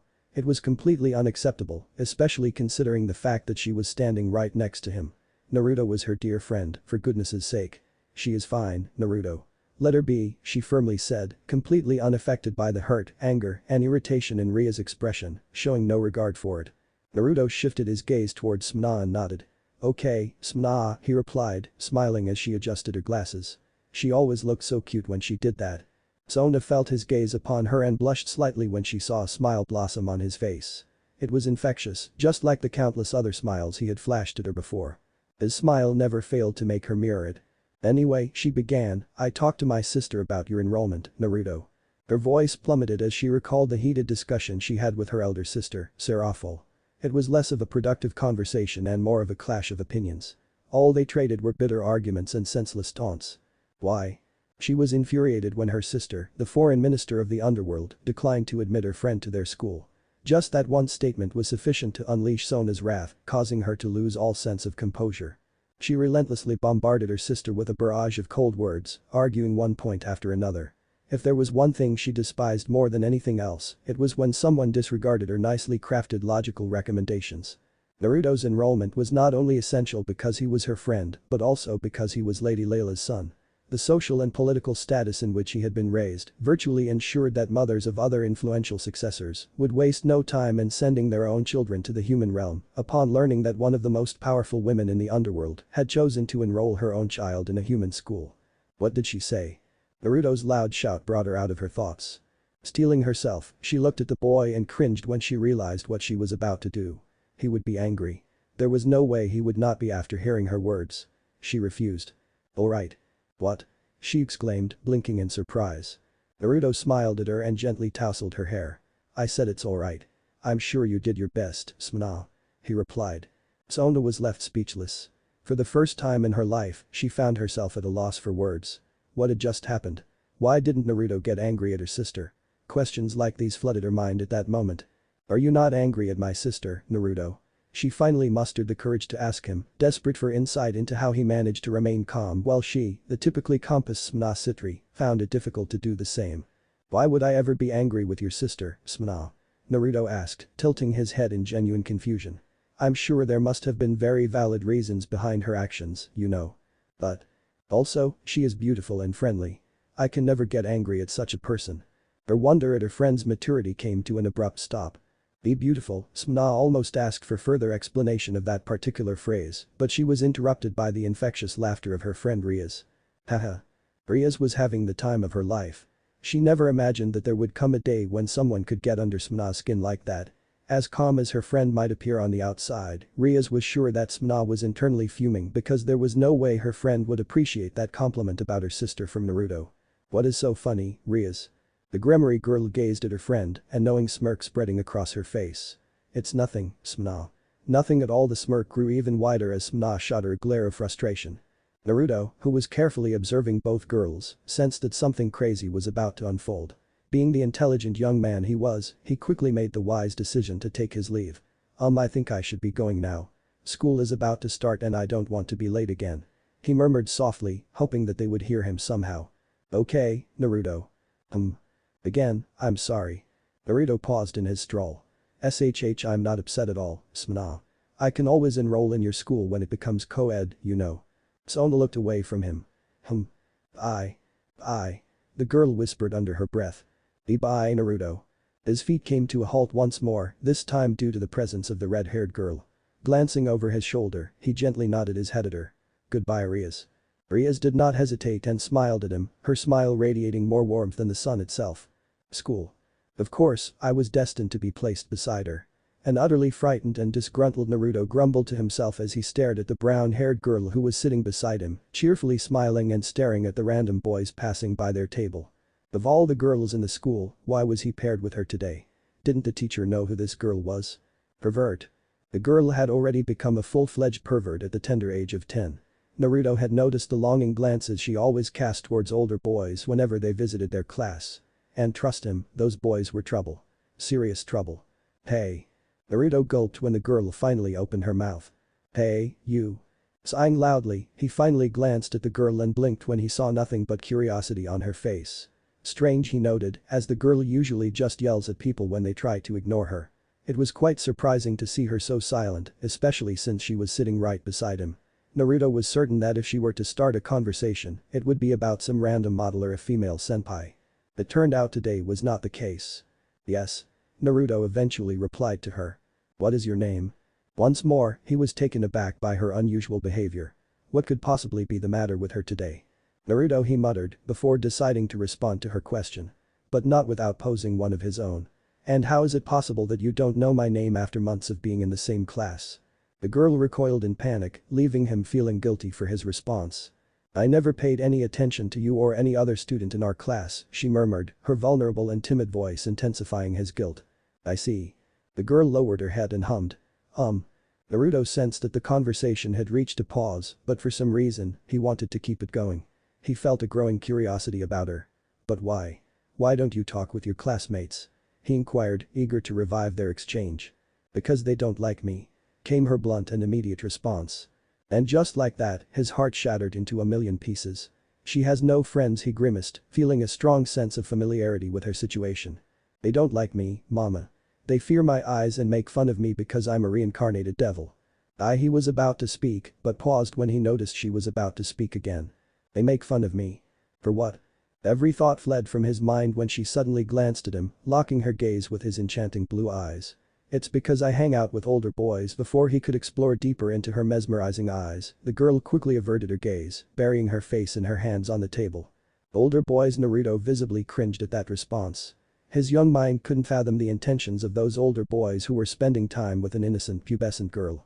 You know, he paused a little before continuing, my mom says that it's always better to be cautious and not hang out with strangers, especially if they are older than you. A small smile bloomed on his face when she peeked at him from the space between her hands. But they are the only ones who hang out with me and never make fun of me. And now, how was he supposed to dismantle that twisted logic? He also had a lonely childhood, but with time and the love of his mother, he gained wisdom that was not often seen in young children. One crucial lesson he learned was that, more often than not, individuals in vulnerable emotional states tend to be exploited. You should try to make friends. I'm sure you will find people much better than those older boys. His compassionate nature urged him to persuade the girl to reconsider her current path, to prevent anything unfortunate from happening to her as a result. Who would like to be a friend with someone like me? Most of the children here don't even know my name. I know your name. The girl lifted her head slightly. You do? She asked, with a glimmer of hope finally emerging in her voice. Naruto frantically nodded his head. Kyoko Haidu. He firmly answered. Makoto's face emerged from the confinement of her arms, and she cast a clear glance at the boy, a faint smile appearing on her face as she did so. Then will you be my friend? A suffocating silence fell upon the two for a second, but before Kyoko could misinterpret the tension, Naruto stopped her by placing his hand on hers. Of course I'll be your friend. I see. In an empty hallway, with his clique rambling behind him, the leader of the aforementioned teenage boys scowled fiercely all of a sudden, perplexed by the unexpected response. End. Chapter 4. Blemishes. Friends. Kyoko Haidu never had the opportunity to experience the joy of having friends. The idea of going outside her comfort zone and striking up conversations with strangers was foreign to her and something she strongly disliked. In the past, when she was a gullible and cheerful child, she tried to make a few friends. Unfortunately, those children didn't like how shy and awkward she was. Everywhere she went, an overwhelming sense of rejection accompanied her, casting her life in the hues of loneliness and sorrow. Damaged and defeated, her tiny heart gradually grew accustomed to the pain and resigned itself to the fact that she would never make any friends. But everything changed when she met him, a boy much older than her, who always wore a dazzlingly bright smile on his beautiful face. Shiro.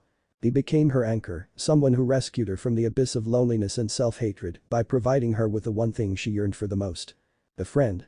Shiro became her friend, the only person in the world who accepted her just as she was and never complained about anything. Sure, he was a little older than her, but she didn't care at the time.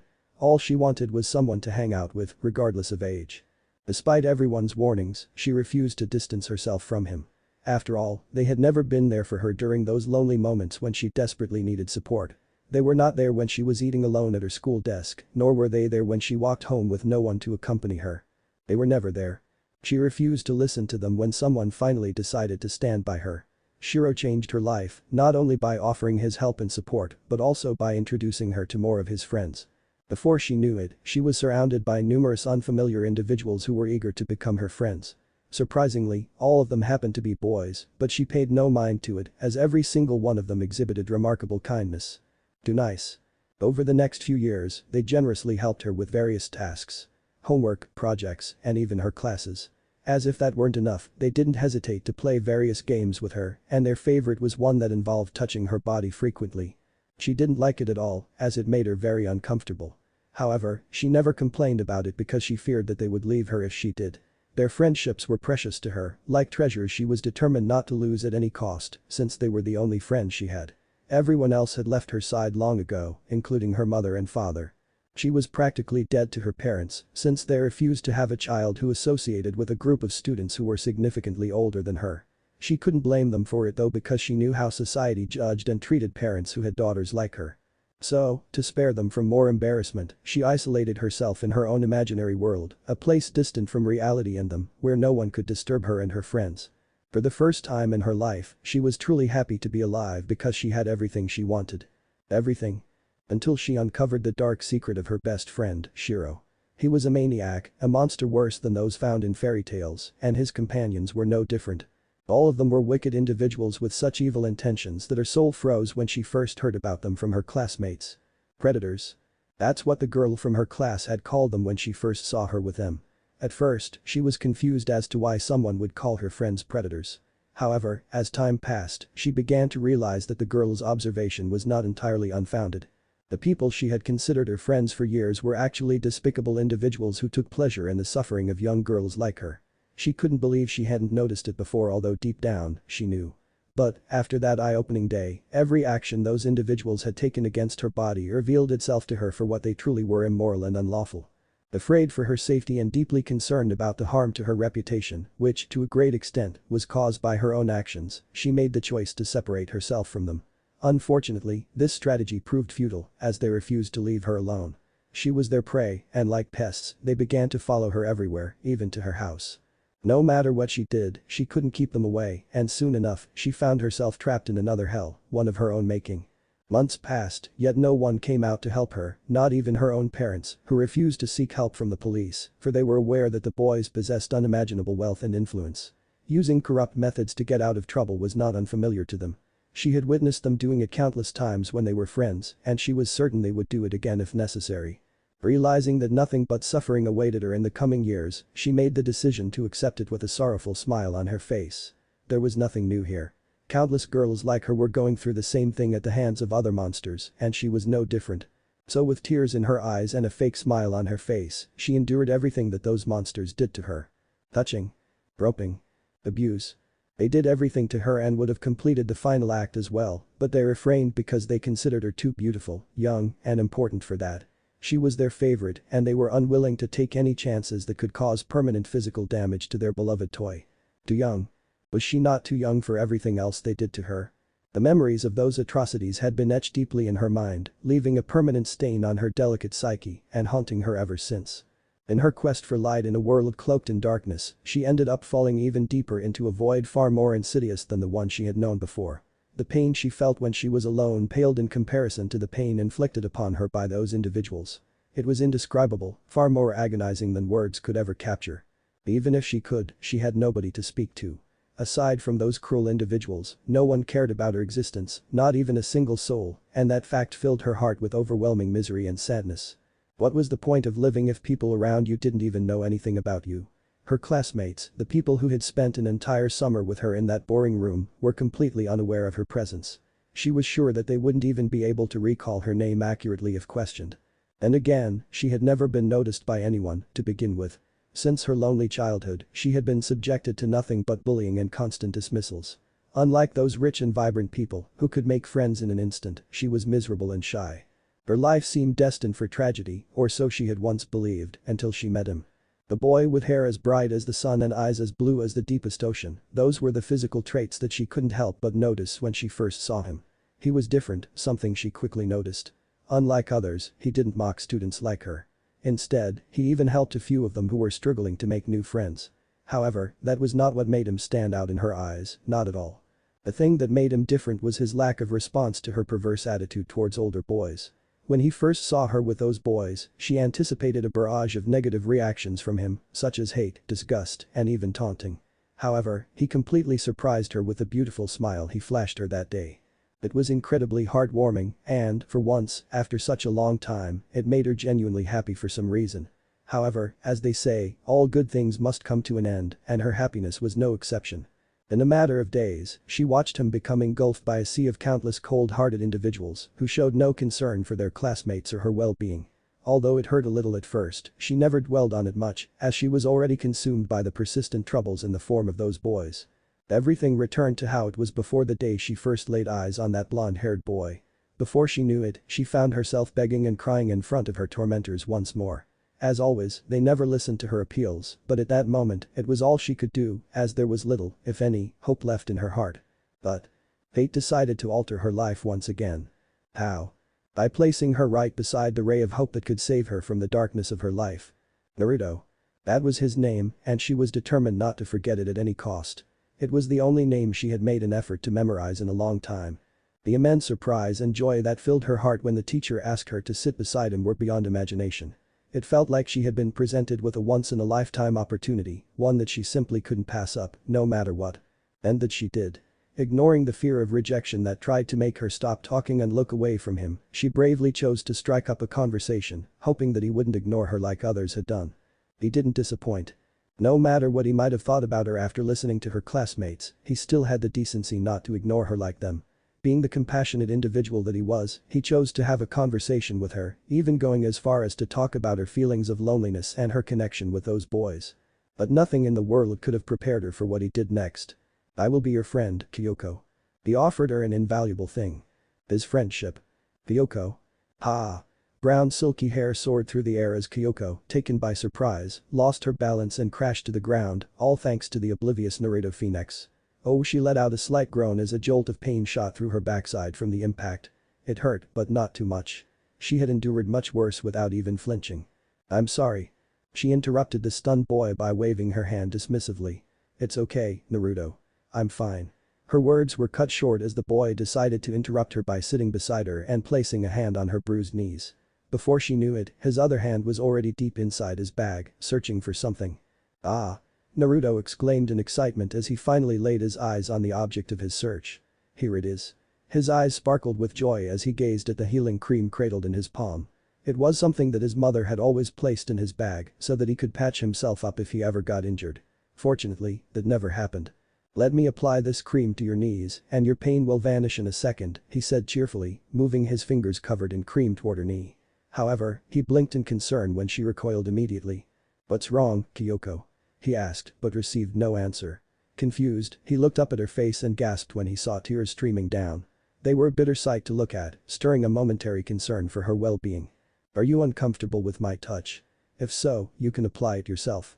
"I won't be mind," he suggested, but once again, he was met with silence from her. What's wrong with her? Naruto couldn't help but notice the sudden shift in her demeanor. She was not typically a timid individual, not in the slightest. "I am fine, Naruto." The amount of uncertainty and fear in her voice as a result of her sudden change in demeanor put Naruto on edge, something he was thankful for since his mother had pushed him to become quite skilled at deciphering people's motives. Summoning his courage, he once again attempted to apply the soothing cream to her knees. However, like previously, the girl instinctively withdrew as soon as he reached out his hand. Fear. Embarrassment. Guilt. He could see them flowing through her eyes, those same beautiful brown orbs that were trying to shield from his gaze at all costs. What made her so shy and uncomfortable all of a sudden? Is it my presence? Naruto hoped not. Otherwise, there would be no way he could force himself to remain close to her, and if that happened, she would run back to those vultures. Vultures? A sudden burst of dark alien emotion flashed through his eyes at the thought of those boys. He was sure that it was all because of them that she was in this state. Kyoko might not have told him or anyone else about those monsters out of fear, but Naruto was absolutely certain that they were doing inappropriate things to her. Otherwise, there was no way boys of their age would be hanging out with a girl as young as her. It was disturbing and despicable, and he could no longer stand by and not intervene when someone he cared about could very well be in danger because of them.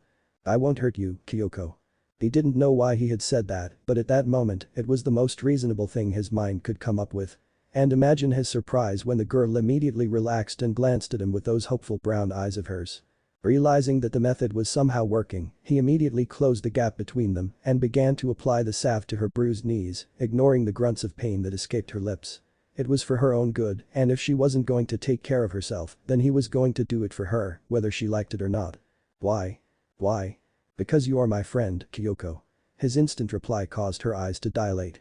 A comfortable silence enveloped the two as Naruto tenderly tended to Kyoko's bruised knees while she gazed at him with tears welling up in her large brown eyes. It was surreal and sad at the same time. It was a surreal experience because she could clearly see that Naruto's actions were free of any hidden malicious intentions. It was a pure and selfless display of care, something she had never expected for someone like her. However, there was also a touch of sorrow present in her heart as she knew deep down that this happiness was only temporary. Sooner or later, Shiro would inevitably reappear in her life. He and his friends were an incurable disease to her, one she had already resigned herself to. No matter how far she traveled on the path of friendship with Naruto, Shiro would find her and drag her back to the darkness-filled valley hidden in parallel. And I must take care of my friends, you know. A gentle hand was placed on her shoulder as he said it, causing warmth to blossom inside her body as she listened to his resolute words. They were otherworldly, almost believable too, had she not been aware of the sad reality around her. There was nothing Naruto could do for her in that situation, and if she had to be honest, she preferred it that way. Naruto was nothing compared to those monsters. Sure, he had a kind mother and a good personality. However, in the end, he was just another human being who would be crushed if he dared to defend her from those people. The unimaginable power held by those boys terrified her. She was terrified at the thought that if Naruto tried to defend her from them, he would be trapped in that agonizing nightmare with her, and maybe even his own mother. As desperate as she was to escape from her personal hell, she refused to knowingly put others in danger in her attempts to help herself. Why you should not worry about me that much, Naruto. We just became friends a while ago. Huh? What are you saying, Kyoko? It doesn't matter if our friendship is recent. Friends are friends. Just because we recently became friends doesn't mean I won't worry about you, you idiot. To me, you're already like an old friend, and no matter what, I'll always be there for you. His powerful and impassioned statement left her momentarily speechless as she processed what she had just heard. Is this how friendship works? She couldn't help but ponder the authenticity of the statement, having been badly deceived in the past by a similar declaration. That boy made her the same promise as Naruto, with the only distinction being the varying levels of sincerity in their voices. While Naruto was doing his best to seem sincere, Shiro, on the other hand, never made an effort to appear sincere. For him, she was an innocent prey, someone he could easily deceive. She, a desperate and lonely girl, never hesitated and accepted his vile offer wholeheartedly. The aftermath of her foolish decision shattered her completely, making it increasingly difficult for her to trust anyone, particularly those who sought to approach her. However, she refused to let past experiences cloud her current judgment. She smiled delicately, lifted her hand, and slowly gestured towards his wrist. Here, take this. She handed him the ointment, her touch gentle as she guided his hand towards her knee. Now you can apply it as much as you want. Her voice was soft and almost inaudible, but she knew the boy heard her very well because in a blink of an eye, his hand was on her knee, providing a comforting touch that no one in the past had offered her. She knew it was useless. There was no way their friendship was going to last more than a week. It was bound to be severed, either by the truth of her past or the danger of her present. She was convinced that no boy would ever stay friends with her upon learning about her past. It was a harrowing ordeal, and she couldn't blame people for hating it and harshly judging her. The scars of the past were something that she herself hated to no end and wanted nothing more than to get rid of them. You should be careful, Kyoko. Her gaze drifted towards his face, and she blinked when she saw his genuine expression of worry. Although she wouldn't admit it, there was a certain comfort in witnessing that emotion on his face. These injuries can sometimes leave lifelong scars on your body, you know. And if that happens, then everyone will make fun of you because of them. Just like that, the happiness vanished from her face as he struck her with a harsh but undeniable truth. Hey, don't become sad again. I was just joking, Kyoko. He was, but everything he spoke was true for her. Why you were right, Naruto. People will hate me if I have scars, she murmured pathetically. Well, first of all, you are not going to get any scars, Kyoko. And even if you end up with some, then you should consider them as reminders of strength rather than sources of shame from stupid idiot. A surge of warmth and a strange emotion enveloped her tear-filled eyes as she witnessed him boldly utter those words, complemented by his radiant smile. I will never leave you alone, even if you get hundreds of scars on your body. Playground. Creak. Creak. Creak. That was the sound of the swing on which Kyoko was sitting.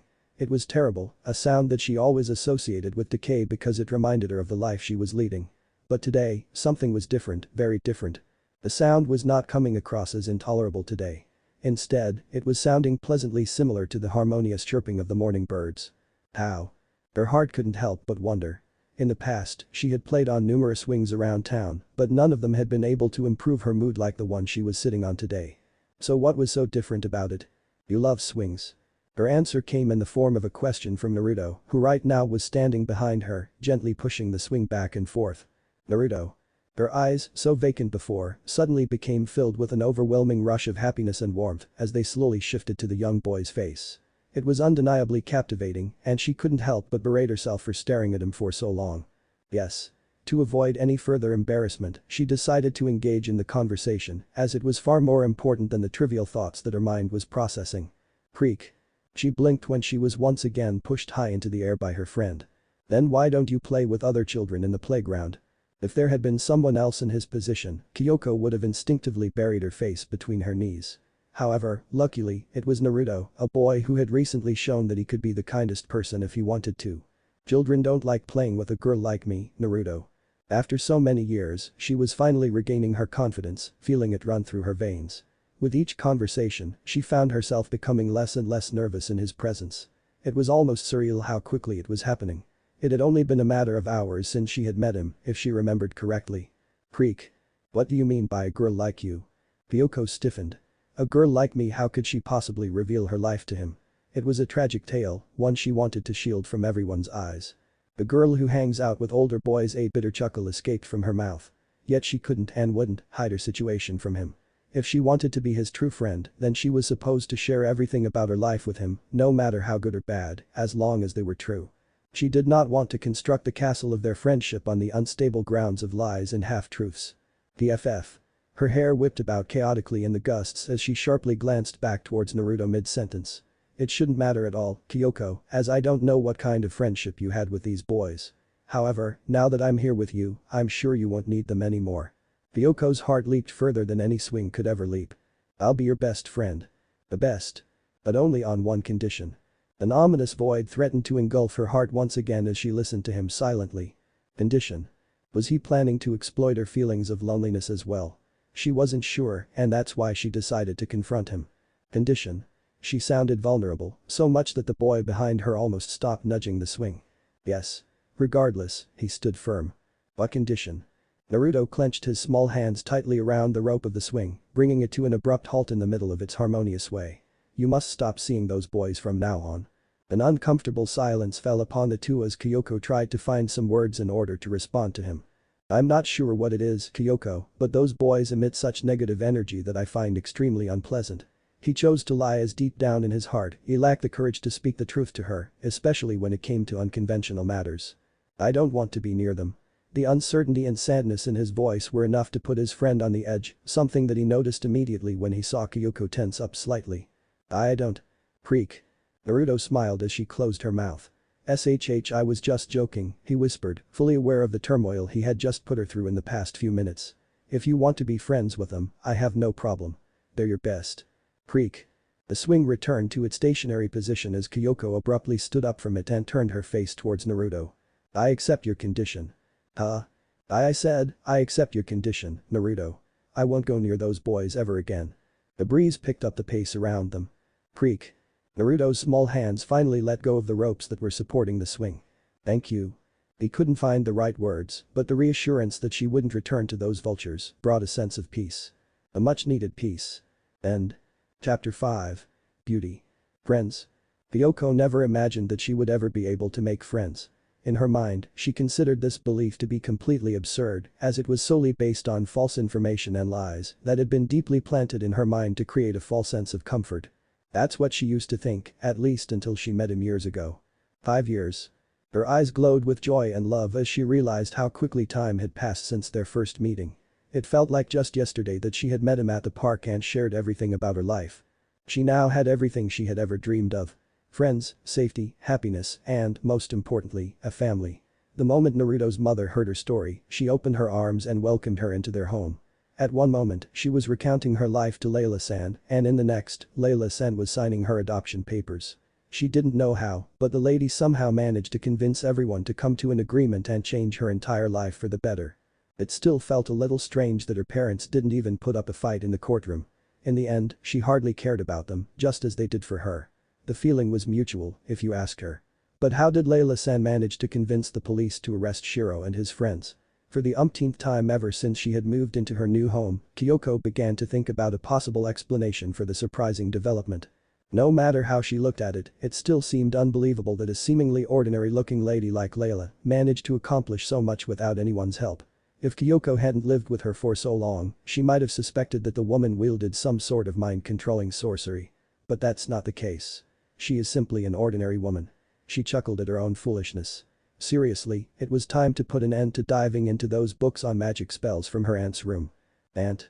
A smile blossomed on her lips as she recalled the day when Layla had practically insisted that she be called by that endearing title, and she, being the timid girl that she was, didn't oppose her request. But that doesn't mean that everything went smoothly afterward. Naruto had made it his life's goal to tease her as much as he could about it. She had become his stepsister, as he preferred to refer to her, but only in secret. At first, she didn't understand why he used to do that, especially when they were alone, but a quick and remorseful search on the internet cleared everything up. To say that she was appalled by what she discovered on the internet would be a severe understatement. She could still vividly recall the high fever she had when she met Naruto after the investigation. She couldn't even look at his face without blushing and feeling her legs turn jelly.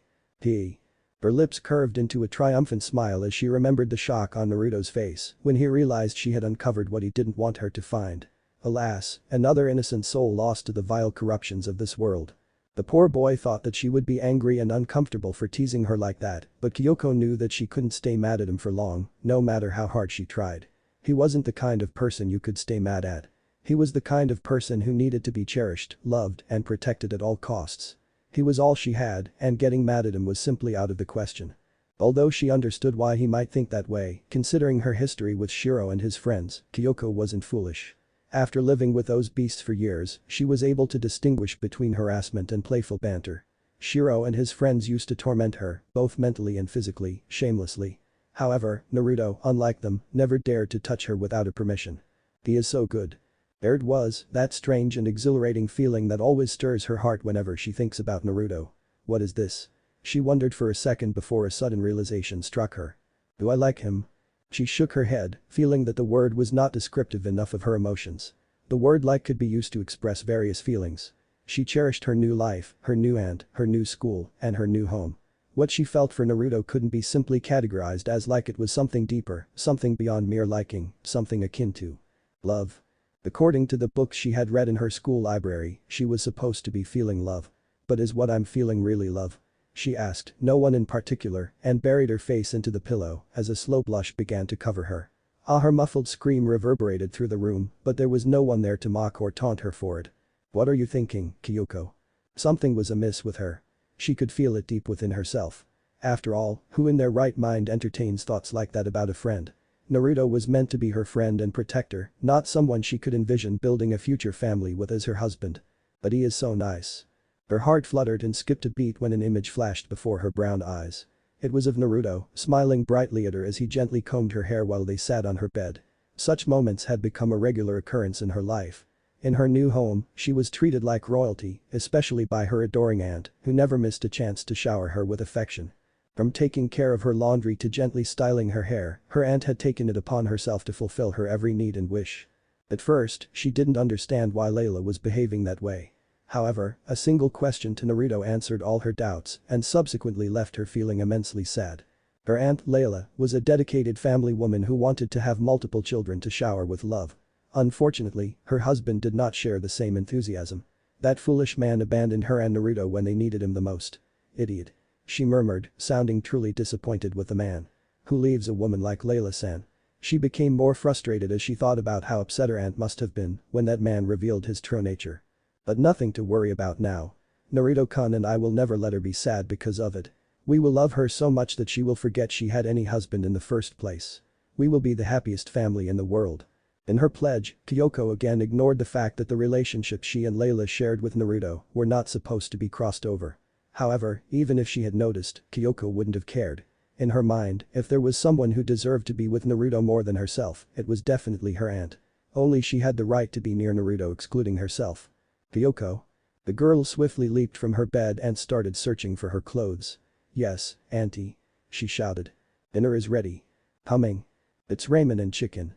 Come fast, Kyoko. Her hands froze midway through buttoning her shirt upon hearing his voice. Alright, Naruto-kun. A rush of crimson flushed her cheeks, the color of embarrassment boldly taking over her face. Dining room. Naruto was upset. No, the word upset couldn't even begin to express his feelings right now. He was pissed, very pissed. Why? Because his beloved and delicious food was getting colder and colder with each passing second.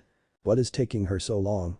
His eyes moved to the chair where his mother was sitting silently, waiting for her oh so darling Kyoko, while his fingers drummed impatiently on the dinner table. Hush, Naruto. I'm sure she is on her way to the table now. Just wait for a few more seconds. And please stop tapping the table. It's meant for dining, not for us to use as a musical instrument, you know. Naruto quickly stopped tapping the table at Layla's command. However, her words failed to bring about any noticeable change, as Naruto continued to groan and sigh in anguish and sorrow. His food was growing cold. How was he supposed to stay quiet? But still, he did not want to defy his beloved mother's order. Anger and hunger were important to him, but not as important as the lady sitting beside him. She was precious to him, and he would rather die than make her sad for no reason. He murmured. Was Naruto sad? Layla's gentle hands reached out to his face and tenderly cradled his cheeks, an action she had been performing for years whenever he was feeling down. Today was no exception. Come, sit beside me, she whispered, her voice as soft as her hands. Okay. Layla smiled as Naruto gingerly rose to his feet and settled into the chair adjacent to hers. What happened, Naruto? She asked him. I'm very hungry, that's all. Her eyes sparkled with joy. I understand now. Delicate fingers reached up to his face and playfully flicked his nose. Silly Naruto. You should have mentioned that earlier. She smiled at him and removed the lid from the large bowl filled with hot steaming ramen. Picking up the chopsticks from her side, Layla dipped them in the bowl and gathered a handful of broth-covered noodles. Realizing the chopsticks could only handle that much, she placed the ramen in a small bowl in front of her son. Let mother feed you, my dear little Naruto. As soon as she brought the chopsticks in front of his face, Naruto began to devour the food as if it was the most delightful thing in the world. Slurp after slurp, he continued to swallow everything his mother offered him until her sudden laugh made him stop. Naruto narrowed his eyes as he gazed at her, pouting in disappointment. What? Why did you stop? I'm still famished, he complained, melodramatically patting his hollow stomach to emphasize his plea. In response, Layla only started to laugh even louder. Mom? Yes. She whispered between her laughs. Why are you laughing? Suppressing her laughter, Layla gave her son a sly smile. You've got a noodle hanging from your chin. The way she said it made it clear just how amusing the situation was to her. Slurping up noodles like a wild animal was one thing, but ending up with a makeshift goatee was just hilarious. There was no denying it. Naruto paused, his expression turning incredulous. With a slow movement, he angled his head slightly to catch his reflection in the mirror nestled in the corner of the room. A chuckle bubbled up from within him as he took in his appearance. I look just like a ramen sage. He exclaimed with glee, clearly delighted by the sight. Layla couldn't help but be engulfed by a beaming smile as she witnessed the sheer joy radiating from Naruto. His happiness was so infectious that she found herself unable to resist wrapping her arms around him from behind. Oh, you're just adorable. These tender exchanges had become increasingly rare as Naruto grew older, making him somewhat immune to her acts of love, particularly when others were present. It was both a joyful and heartbreaking process for her. On one hand, she witnessed him blossoming into a remarkable young man, like a true mother. On the other hand, it stirred anxiety within her, knowing that sooner or later he would begin to disregard her, as children his age often do. It wouldn't be long before he would stop thinking about her altogether. When that happens, what will she do? Layla had absolutely no idea. Both Naruto and Kyoko were growing up so fast that she couldn't help but feel a little worried on the inside. Just like Naruto, Kyoko was now a part of her heart too. Kyoko was as precious to Layla as Naruto. She was certain that her heart would shatter when Kyoko would eventually find someone else and leave them forever. Being a single mother seems to have a lot of drawbacks. Her heart sank at the thought, but she refused to let it dampen her spirits. At this moment, she and her children were filled with happiness, and that was all that truly counted. Layla held Naruto closer, her grip tightening, as she smiled. Don't act like you don't want it, Naruto. I know you do. She whispered into his ears, mentally giggling when the boy tried to stutter and wiggle in her arms. I don't like it, Mom. Layla could easily discern lies in his voice. So, should I wear something more revealing, like a maid outfit? Would you like that, Naruto? She knew she had hit the bullseye when Naruto went limp and fell silent. What happened, Naruto? Did I say something wrong? Her laughs combined with his red face made a very funny spectacle, and if someone was to see them then. Auntie. The room fell into a heavy silence, and in a blink of an eye, Layla let go of Naruto, both of them clearly mortified, and turned around to face Kyoko who wore an equally flustered expression. Kyoko. The woman smiled at the girl to divert her attention from what she had just witnessed. Layla couldn't help but feel ashamed, realizing that she was truly an immoral mother. Why yes. The shame only increased when she heard Kyoko stutter a little. She knew it was because of her, but now there was nothing she could do to undo it. Erasing her memory was an option, but it was something she had vowed never to do to her family. I noticed that you've changed into your night clothes, dear. Once again, she attempted to change the subject and was pleasantly surprised when the girl nodded and smiled at her. Yes. Wonderful. Now come here so that we can start our lovely dinner. Kyoko paused in her walk. You haven't started yet? She asked her aunt. No. We were waiting for you. The warm sensation surged within Kyoko's heart. No matter how many times she heard those words from Layla's lips, they never lost their magic and always succeeded in bringing her joy. But why? Because her aunt's words constantly reminded her of the true meaning of having a family. They reassured her that she was wanted and provided her with a deep sense of comfort. I'm sorry for being late, Auntie. After changing my clothes, I realized they were a bit small, so I had to switch into the new ones you bought for me a few days ago. With her head bowed in apology, she was about to join them when a surprising comment from Naruto stopped her in her tracks. Geez, your breasts got bigger again, Kyo. I swear if they keep getting Kyoko was torn between blushing and getting angry at Naruto for his comment. Strangely, she couldn't help but feel a sense of pride from Naruto's words. Strange indeed, however, those feelings diminished when she saw him being hit. It pained her heart to witness him getting hurt. Even though it was just a normal hit, one that wouldn't have much effect on him, she couldn't bear to see him in pain. It made her sad whenever she saw him like that. He was just joking, Auntie. Please don't punish him for it, she urged, trying to shield her friend from his mother's impending wrath. If you say so. The pain dissipated as she witnessed a radiant smile spread across Naruto's face, brilliant and childish at the same time. Thank you, she whispered, and then began to make her way around the table to sit beside Naruto. Soon, a comforting silence descended upon the entire family as they began to enjoy the tasty dinner that Layla had prepared. Having completed their meal, the family of three sat in silence around the table, awaiting someone to initiate a conversation. Realizing that no one was going to do it, Naruto decided to take matters into his own hands. Are you ready for your first day at the new school, Kyo? His blue eyes shifted over to the girl, who nodded eagerly, causing a smile to spread across his face. He didn't expect anything less from her. She was the most disciplined human being he had ever met, even rivaling the might of Smna at times. Yes. I have prepared everything I need for my first day there. Filled with enthusiasm, Naruto couldn't help but notice the absence of happiness in her voice. Are you alright? You seem a little down, Kyo. He wasted no time in addressing his observation, and it became even more apparent when she looked down at the table. Why aren't you changing schools with me, Naruto? I don't want to go to a school where you aren't going to sit beside me. Naruto let out a chuckle as he gently placed a hand on her head. Even if I try to, I can't, Kyoko. That school is exclusively for girls. Do I really look like a girl to you? No. But why are you making me change schools then? I can remain with you in our old school until Kuo Academy becomes co-ed. Deep in thought, Naruto began to ponder, at least that's the impression he wanted to give Kyoko. He was actually just looking for a way to occupy his time, as he didn't want to disclose the true motive behind her relocation. She doesn't need to know that. He cringed internally as a flood of images depicting people irritating or mocking Kyoko inundated his thoughts. Those images were one of the main motivations behind his actions. The current school situation was nothing short of hell for Kyoko. She was not loved there, and the possibility of Shiro and his friends being released soon only made her situation even more perilous. Shiro. The wave of dark emotion echoed through his mind at the mention of that boy and seeped into his eyes, causing them to momentarily radiate crimson.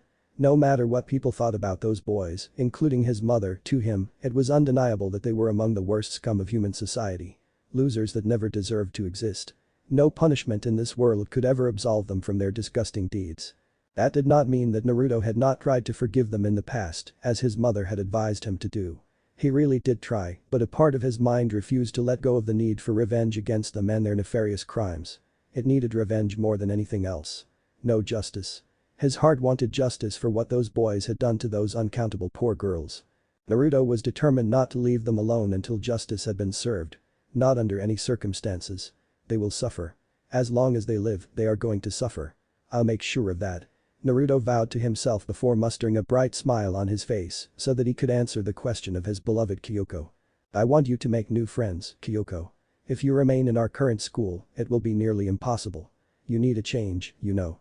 His smile widened as a pout formed on his friend's beautiful face. HMPH. You're so stubborn, Naruto. Tell me something I don't know. And cute too. His cheeks bloomed with embarrassment. Hey. Hahaha. Whatever he had in his mind vanished when he heard his loud, melodious laughter. It was truly amazing and somehow calming as well. Realizing that he would only spoil the moment with his interruption, he made the decision to stay silent and simply bask in the charm of those laughs. Next morning. Backpack. Check. Pens. Check. Markers. Check. Lunchbox. Check. Notebooks. Check. Don't Emmy. Just answer. Oh okay, Captain. Anyway, sports uniform. Check. Am I forgetting something, Kyoko? Check. Naruto slumped to the ground in disappointment as soon as he heard her answer. Kyoko, it's not funny. Pay attention. He would have added something more had he not been abruptly silenced by his mother, who was quietly relishing the show from the sidelines. Also, she had a very playful smile on her face, a smile that indicated she would soon be teasing him a lot about it. Yes Kyoko. Listen to the man of the household. Right, darling. Both teenagers blushed bashfully.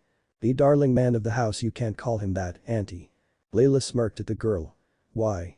Because it suggests that he is your husband as you are the woman of the household.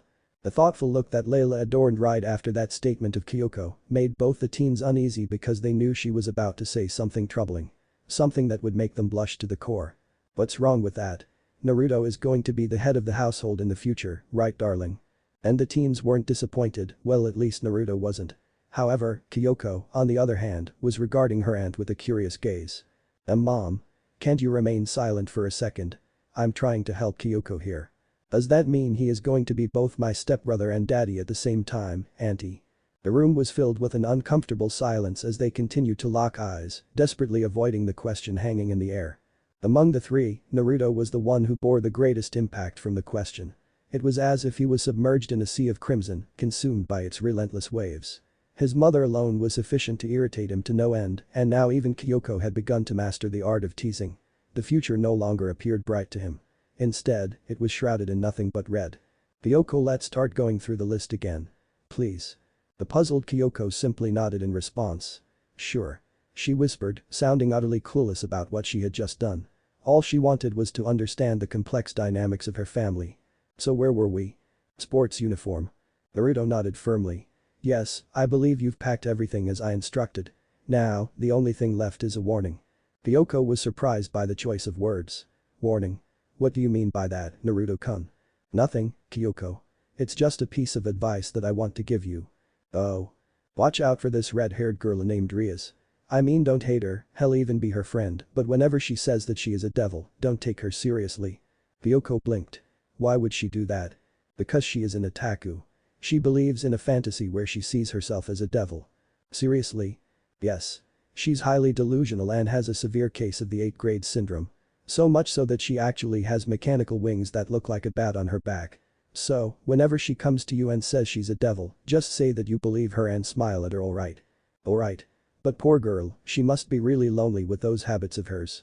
Not really, she has a bunch of friends who are like-minded. They formed an entire club to just prove that their delusions are real. Oh. Somewhere else, a group of high school students suddenly felt an overwhelming surge of frustration without any apparent cause. End. Chapter 6. The Meeting. Ria's Gremory had witnessed countless things and events in her life, some remarkable, others utterly dreadful. However, never before had she encountered an individual as intriguing and enigmatic as the girl who had recently arrived at their school. As she observed her from a distance, hiding behind a pane of glass, she couldn't help but grimace upon recalling a crucial detail about the girl. She lives with Naruto. Her lips formed an adorable pout. So, she's the one, huh? His oh so dearly beloved sister.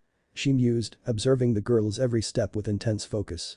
Honestly speaking, she was curious to discover what made the girl so extraordinary that Naruto had taken her in. I mean, she must have a powerful sacred gear or something. Otherwise, why would a lady as powerful as Layla let her join her family? Despite their reasonable tone, Rias chose to pay little heed to her thoughts, recognizing that there still existed a strong possibility of it being a genuine act of kindness, a trait highly renowned in both Naruto and his mother. Yes, master. She is that girl who is fucking the living daylights out of Naruto. Rias almost jumped away in surprise when Akeno, her beloved queen, appeared beside her and began to whisper in her ear. What? She stuttered, her face a little red due to the indecent words that had just assaulted her ears. Geez, Akeno. Can't you think about something else other than sex for a second? She is his sister. Her attempt to belittle her queen failed miserably as instead of being ashamed, Akeno began to laugh loudly and playfully poked her in the ribs to annoy her even more. "I was joking, Riaz." Riaz could easily tell that she wasn't, but instead of arguing with her about it, she chose to focus on the more significant things that were waiting for her on the other side of the window. She looks like a normal girl to me." Her eyes scanned every inch of the brown-haired girl's body one last time before settling on her face, where a radiant smile was blooming. Akeno followed her friend's gaze and smiled when she saw the girl standing alone at the entrance door. "She has large breasts, just a little smaller than yours," Akeno said. She was completely focused on the girl and didn't even notice the disapproving glare from her friend, or maybe she chose to ignore it on purpose to avoid a heated argument. "Also, she is ordinary, but that's according to our standards. I'm sure humans will find her beautiful." Akeno wasn't blind. She could see that the girl was stunningly beautiful, far more so than the average human girl, which would undoubtedly attract a great deal of attention, perhaps even too much for her liking. She had witnessed the insatiable nature of human desire, leaving no doubt that they would follow her as well. Maybe that's why Naruto likes her. "No. What are you even thinking of, Akeno? She is his sister. Naruto wouldn't think of her like that." Her musings were abruptly interrupted when Riaz grabbed her hand. Confused, she gazed at her and noticed that she was pointing at something. Huh? A bemused expression crossed her face as she looked in the direction where her friend was pointing and had to hold back herself from smiling when she saw a nervous Naruto standing behind the wall of their school. Akeno could tell that he was there to see the girl from the look on his face, which made her smile even more. "Oh, he's so cute. Just look at him, hiding behind a wall so that his sister can't see him. He really cares about her a lot." Her lips formed a beautiful curvature as he smiled at the girl. Riaz, who was staring at her queen with concern, gulped as she watched her devour the image of the boy with hungry eyes. "Staring at him intensely will not make him suddenly appear in front of you, Akeno. You can stop looking at him now. Gosh, you do realize that you look no different from a creepy pervert, right?" She tried to tell her, but Akeno didn't bother listening and continued to stare at the boy, who was still hiding behind the wall like a seasoned criminal. "Fine, do whatever you want." She let out a soft sigh, her gaze shifting away from Akeno and settling on the boy in question. Cute as her eyes fell upon him, she couldn't help but wonder at how charming he appeared today. Maybe it's because of the worried expression he has on his face. She tried to convince herself, but deep inside she knew he had always appeared cute to her, at least since that day when he had complimented her in front of Smna during their chess match.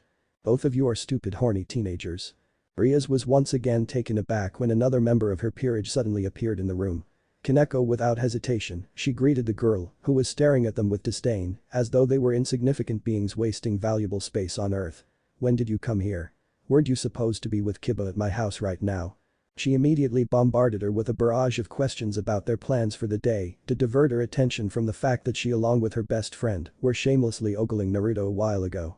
From Kaneko's expression, it was evident that she had no intention of letting the matter go unnoticed. "First, I want to know why both of you were staring at Naruto-senpai like that," she said, her lips forming an almost imperceptible smirk as her leader began spouting nonsense. It was cute, but she kept that to herself. But you. I didn't know you had a crush on Naruto too." Akeno's teasing laughs only worsened the situation for Riaz as the poor girl hid her face behind her hands, hoping for the embarrassment to pass. It was amusing to observe how, despite being a stunning and confident young woman, her friend would suddenly transform into a shy and reclusive individual whenever the subject of Naruto was brought up. Then again, she wasn't that good either when it came to Naruto. Ah, the beauty of teenage crush. The Himejima girl giggled again, this time to herself as she began to daydream about a romantic future with a blonde boy. "I want to live beside a beach where I can always wear a bikini and fuck him whenever I want to." Another set of mischievous giggles escaped from her lips, but before she could dive further into her fantasies, her best friend pulled her back to reality. "I don't have a crush on him, Akeno. I'm just his friend," Riaz said, her face showing a sliver of annoyance as she tried to reason with her queen, who was glaring at her for interrupting her dreams. Yes, just his friend. She wasn't lying. As far back as she could remember, she had always longed to be his friend, nothing more and nothing less. At least, that was the case for now. However, she couldn't make the same claim about the future, as it could be quite unpredictable at times. Akeno's smirk disappeared from her lips when she saw the sincerity in Ria's expression. She's not lying, she thought. This revelation brought both relief and a tinge of sadness. Relief, because it meant there would be less competition for Naruto, but sadness, as it also meant losing the thrill of the chase. What was the purpose of being with Naruto if Riaz wouldn't be there alongside them? Riaz was her closest friend, and Akeno wanted to experience everything together with her. "I see." Her voice trailed off into a hushed murmur before resuming its customary playful tone. That girl has a sacred gear, a very strong one if I'm correct. In just a few words, Kaneko managed to completely shift the atmosphere of the room. Her leader, who had been in the midst of a heated argument with the queen, fell silent the moment Kaneko spoke. Now, she had their undivided attention. Really? Riaz exclaimed, barely able to conceal her surprise at the newly acquired information from Kaneko. If what Kaneko was saying was true, then she finally had a chance against that monster. A small smile spread across Ria's lips. Then we must recruit her to our team. That was her initial thought, but it vanished instantly when she realized the implications of her words. Naruto, he was not going to like that, not at all. He and his mother were staunch opposers of the evil pieces, and she was certain they would kill her if they found out about her efforts to recruit their family member into her peerage. He will not like that. You know of Naruto's opinions on the evil piece system and having a peerage system. It seemed that her queen was also having the same thoughts. I know, Riaz whispered, feeling a tinge of disappointment at her own foolishness. There was no way she could recruit that girl to her team with Naruto shadowing her every move. He is very serious about her safety. Peering out the window again, she noticed that the boy was still standing there, perhaps waiting for the girl to make her way into the school's hallway. Yes. Akeno soon joined her master and began to stare at the boy. She is his sister, after all. Although she didn't know much about Naruto's personal life, she still knew enough to understand that the boy loved his family dearly. Creak. Both the girls turned at the sound of the door, only to notice that Kaneko had left the room. She probably went home to meet her Kiba-senpai. Forgetting about the subject of the sacred gear for a moment, Akeno giggled to herself as she remembered how much Kaneko admired our junior blondie. If Akeno didn't know any better, she would have assumed that Kaneko was already falling for the boy. But her lips curved upwards, forming a haughty smirk, a reaction that clashed with Ria's silent observation from her side. Seriously, Akeno? You are hopeless. The red-haired princess groaned in displeasure. Here, she was contemplating a strategy to recruit that girl onto her team, while her queen, who should have been assisting her in her mission, was distracted by some stupid inappropriate daydream in her mind. Oh, don't be sad, Riaz. I'm sure you will find someone just like our little Kaneko did. Ria's eyes twitched at the obvious jab aimed at her love life, but decided to remain silent, knowing that any comment would only escalate the situation. I'm sure I will, but right now, I need to find a way to get that girl in our team before Smna tries something. It was only an accident that she remembered about her friend Smna while thinking about the girl, but now that she did, she couldn't help but fear her. The cunning devil was undoubtedly planning to make a move on the girl. How did she know? Because unlike me, Smna knows Naruto very well and will be able to convince and calm him down if the situation turns sour. It was a sobering realization, but it was the truth. Smna was a dear friend of Naruto, and Riaz was well aware of that. Are you sure you want to proceed with this despite knowing what Naruto will think of it? Akeno's face betrayed a mix of emotions. She was acutely aware that the plan would inevitably strain their relationship with Naruto. Moving forward with the plan felt akin to a blatant betrayal of his trust. Riaz bit her lip at the question posed by her longtime companion. Nevertheless, she was determined, we are left with no alternative. Akeno's expression turned serious upon hearing Ria's response. No, we do have a choice. We could simply release her and ensure this matter is never mentioned again. Ria sighed. She acknowledged that her plan wasn't the most glamorous, but it was essential. We need all the help we can. Letting her go is not an option and you know it. We'll just need to apologize to Naruto later on. Knowing him, he would probably accept the apology. Akeno looked at her friend with a conflicted look on her face. Disappointment filled her being at her very core, and all of it was directed towards Riaz. That would only make you look like a hypocrite. Riaz glared at her friend and said, do you think I don't know that? I understand that bringing her in wouldn't guarantee my victory, but it would certainly improve my chances. I would rather be called a hypocrite than be Riser Phoenix's prize doll. Akeno finally became serious as she realized the significance of the situation for her friend. Riaz was determined to defeat that boy Riser, and for that, she needed a truly powerful ally. Smna will probably try to befriend her first before making a move on her. If we are to bring her in, then we need to be the ones that do so before her. Riaz scoffed at Akeno's statement. It's not that easy, Akeno. I know, but I'm sure we will be able to do it. How are you so sure about that? I don't know. Oof. Outside the school. Nice. Naruto smiled to himself as he saw Kyoko disappear into the shadows of the hallways. Initially, he had some concerns about her, as she had never been anywhere without him by her side. However, upon seeing her enter the school with a radiant smile adorning her face, he couldn't help but feel overwhelmingly satisfied with himself. Now, all he had to do was wait for her until school was over to pick her up and head back home together. It will be easy, I just have to wait here for a few hours. He whispered, a smile playing on his lips as he reflected on the successful job he had done in preparing her for her first day. It had been a painstaking task, but the satisfaction he felt was worth it. I hope she can make a lot of friends here. His happy thoughts came to an abrupt halt when a melodious voice brought him out of his stupor. Excuse me. Naruto didn't waste a moment before turning around. Yes, he began, but his words disappeared as his eyes landed on the face of the stranger, hidden behind beautiful white locks. The sight was so stunning that for a few seconds, he was completely oblivious to everything else around him. A few hours later. Naruto was right. He wasn't making stuff up when he said that the school was filled with interesting and dumb people at the same time. On one hand, there were people like Sona and Tsubaki who could rival any genius of their age without breaking a sweat, and on the other hand, the school was filled with countless perverts in the form of junior girls who wanted nothing but a glimpse of their seniors' assets. Why did he send me here? I was happy with him in our old school. Her heart sank as she observed her classmates engage in heated debates about the attractiveness and appeal of the girls from their school, particularly of two individuals whose names struck a chord. Rias and Akeno. According to the information she had gathered from her classmates, they were a year ahead of her in academics, a fact that brought her immense joy when she first received confirmation from her class representative. At least I'm safe from them this way. Kyoko was not one to be rude or ignore others, but the situation with those two girls was exceptional. According to Naruto, they were both ignorant and arrogant. She is so delusional that she formed a whole cult around the concept of her being a descendant of devils. Even her friends fell for their stupid intuitions. A shudder ran up the spine of Kyoko as a horrifying image began to form inside her mind, an image in which Akeno was involved in a sinister occult ritual alongside Rias and her friends.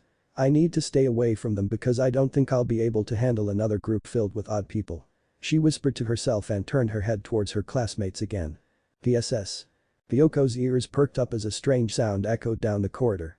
The distinct tone made it clear that it was a senior student approaching, even before she glanced in their direction. DxD.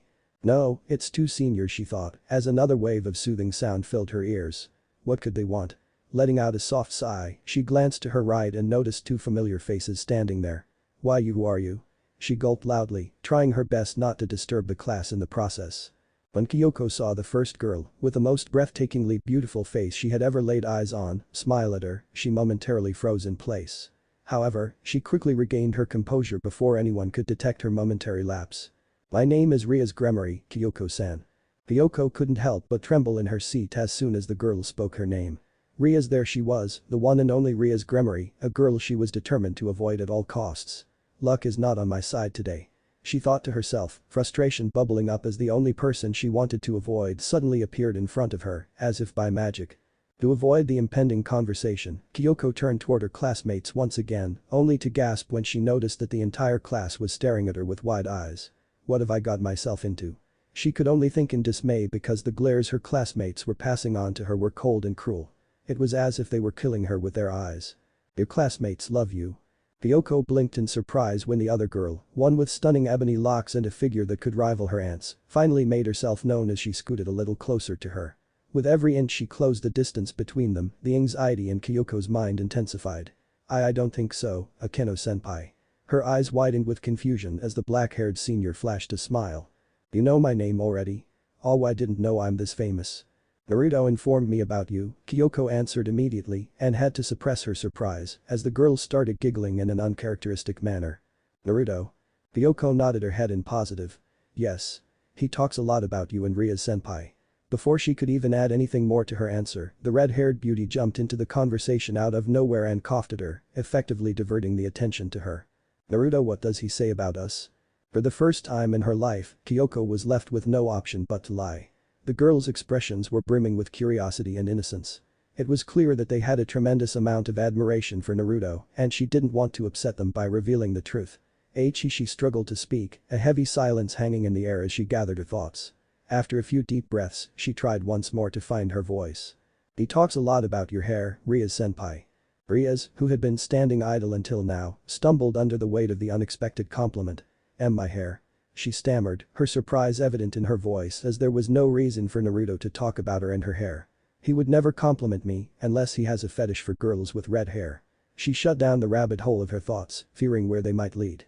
Yes. He really likes them. That was the final straw for Rias. Before anyone could say anything else, her face turned scarlet, nearly matching the color of her beautiful hair. I see, she stammered. Despite her calm exterior, inside, it was a completely different situation. What about me?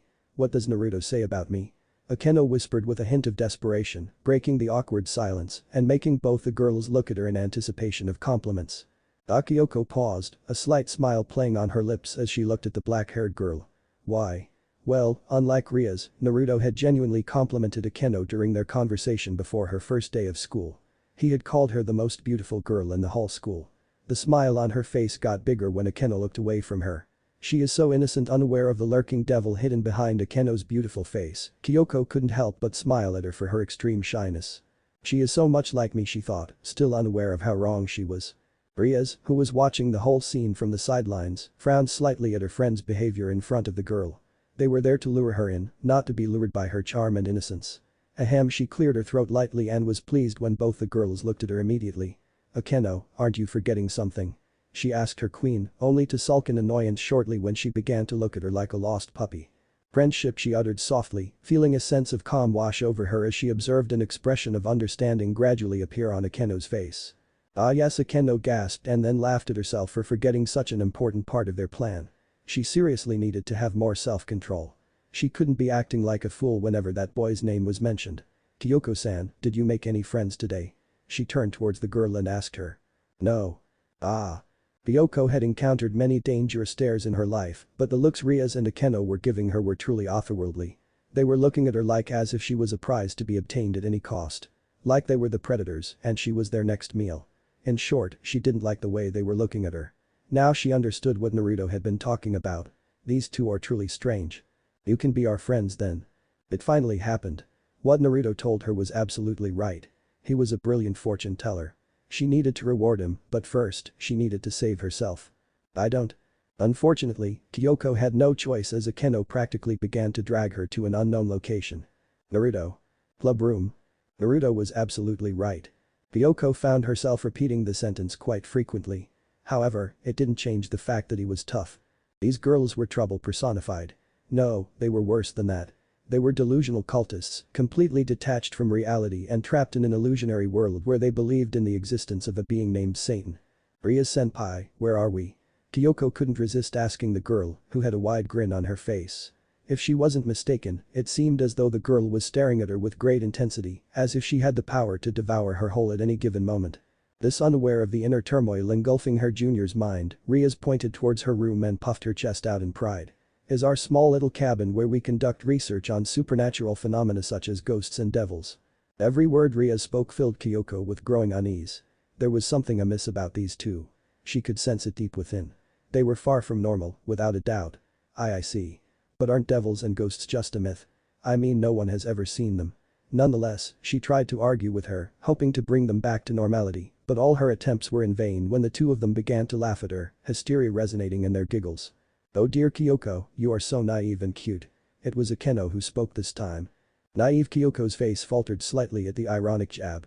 You, Akeno-senpai, are the one deluded by your own naivety. A surge of anger urged her to retort loudly to the girl's accusation, but a rational side prevailed, preventing her from giving in to the temptation. Arguing with people like them was futile. They had already sunk deep into the abyss of what was known as the 8th grade syndrome, and there was no way to retrieve them. She could only apologize to them for the damage that others had inflicted on their minds. The relentless craving for attention and validation must have messed up their thought processes. Otherwise, there would be no justification for their decision to pursue such a foolish path. With a heavy-hearted expression, she stole a glance at the girls and then closed her eyes. I'm sorry, Riaz and Akeno-senpai. There is nothing I can do to save you two now. You both have already traversed way beyond the boundaries of salvation. A tear trickled down her cheek as she uttered those words, brimming with great sorrow and remorse. It was an unjust fate that these two had to endure. The society let them down when they needed it the most.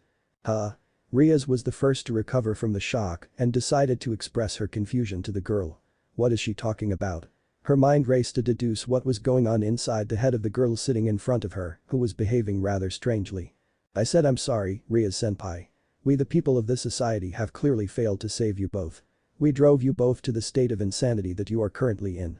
Tension and confusion filled the room as all three girls exchanged looks, one bearing the weight of remorse and regret, while the other two struggled with confusion and shock. Hey Kyoko, what are you talking about, sweetie? Akeno quickly joined her friend in the quest to understand the reason behind Kyoko's strange behavior, finding it both unsettling and remarkable. Her shock only intensified when Kyoko bowed her head and started silently sobbing.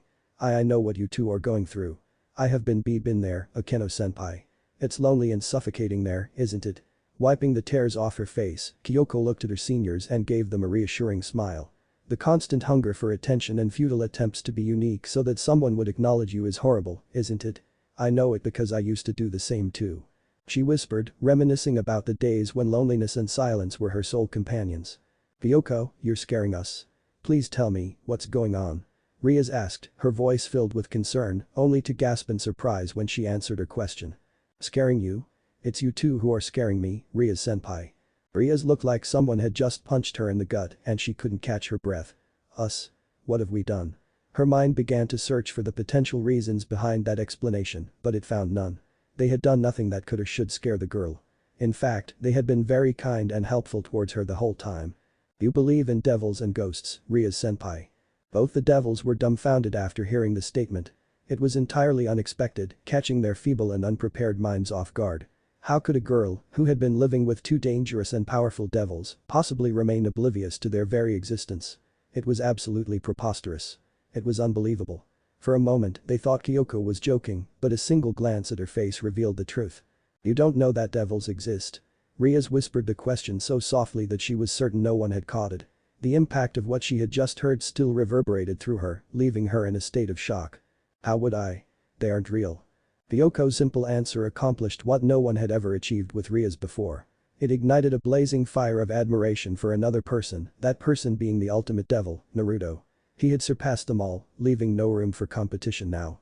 When Riaz was young and full of innocence, she used to believe that Naruto would never be capable of becoming a respectable devil due to his half-human nature and the absence of a devil's mindset. However, time and time again, the blonde has proven her wrong, thereby shattering her preconceptions. This time, he completely shattered the image she had of him. His sharp intellect and charming voice were unmatched in comparison to the younger generation. Not even Suna could compete with him. After all, who among them could fool a girl like that? No one. Kyoko, they are real. Riaz looked at her friend and let out a sigh. She wanted to intervene and tell her that there was no way for Kyoko to believe them now. We are. I know. You two are devils and have bat wings. Wings. Everything vanished from Ria's mind as soon as she heard that word. I'm so stupid. Here she had the definitive response to Kyoko's argument and she was worrying about nothing. Exactly, Kyoko. We have wings. The people you are living with have them too. Really? Riaz and Akeno shared a smug smile, reveling in the knowledge that they were about to destroy this girl's entire career. Their excitement was palpable because they knew that by doing so, they were going to ruin Naruto's prank too. Flicker. Emerging amidst a breathtaking blend of crimson and pearl white lightning, a set of obsidian wings unfurled from their shoulder blades. Now just as Riaz opened her mouth to speak, she was silenced by Kyoko's abrupt hug. I feel for you, Riaz-senpai. But I'm sorry, I can't see you suffer like this. To think that you would actually go as far as to install mechanical bat wings on your back to prove your point. Mechanical. The bat wings. Riaz and Akeno were astounded by what they were hearing, finishing each other's sentences in unison. Soon, their eyes widened in shock and astonishment. Riaz wanted to correct her. Wait, but she wasn't given the opportunity as Kyoko continued her speech.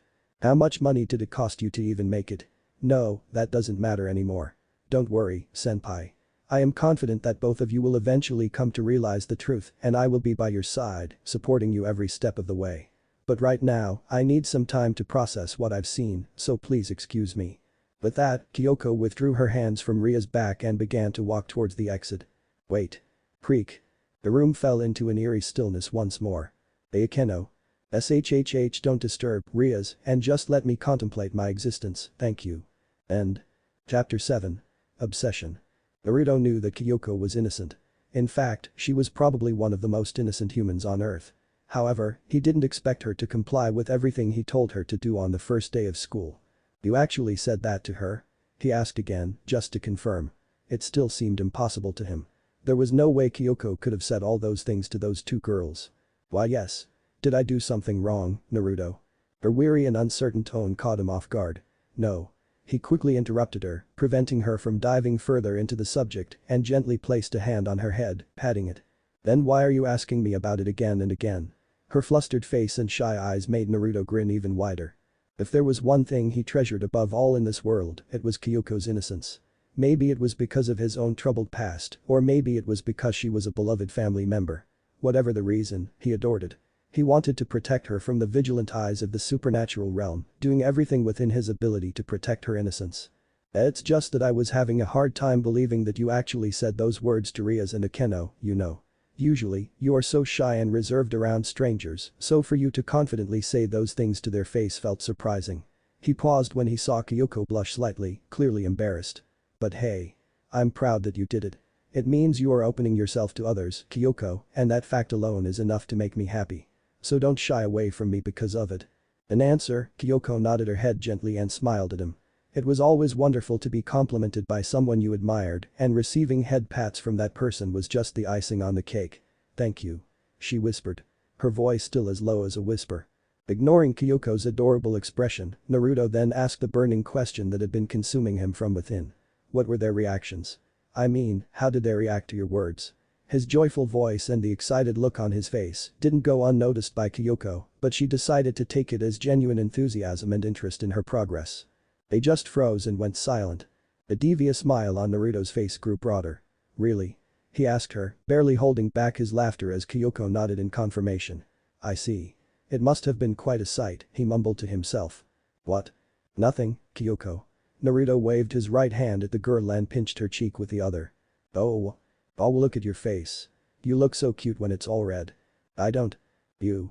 Abruptly, the room fell into silence as the clear sound of the doorbell reverberated throughout the house. Devil. She was meant to be a being who sustained herself by indulging in acts considered sinful by others. The society around her expected her to have all the traits of a devil. From being selfish to using others when they were at their lowest mentally were how everyone around her wanted her to be. Unfortunately, she lacked all of those traits. She was neither selfish nor capable of taking advantage of someone when they were at their lowest. To her, everything people told her to do felt immoral, and at times, even the people themselves appeared immoral, like adversaries. What was wrong with her? It was a question that everyone used to ask her, and she couldn't blame them. After all, being a devil was supposed to be her entire identity, and yet she couldn't even fully explore it. To all those around her, she appeared to be a failure, an even greater disgrace considering her prestigious lineage. Her family was a prominent name in the underworld, and thus her inability to succeed was considered a shocking disgrace in their books. They despised people like her, viewing them as nothing more than failures and blemishes on their legacy.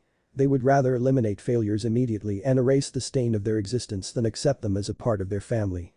Sadly for her, she couldn't even be killed because of her position in that abhorrent family. She was the daughter of the head, and that precisely meant she was no commoner among her fellow family members. The rules that were meant for the lower levels of her family didn't apply to her.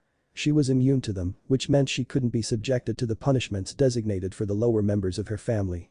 But that didn't mean I wasn't punished. She was punished heavily. The punishments she received were so cruel that every time they began, all she could hope for was a sweet and complete release. But that never happened. Her wishes always remained unfulfilled. With tears streaming down her face and pain gnawing at her core, she bravely endured every punishment that was inflicted upon her. What other options were there for her? She had no one by her side, aside from her weak and innocent mother who could not even utter a word against her father. Everyone around her despised her presence, and she was well aware of that. Pain and sadness became the harsh reality of her life, a bitter truth she eventually came to accept long ago. Just as some were born to change the world for better or for worse, she believed she was born to endure suffering, an unchangeable fate she had come to terms with. At least that was what she used to think until she met him.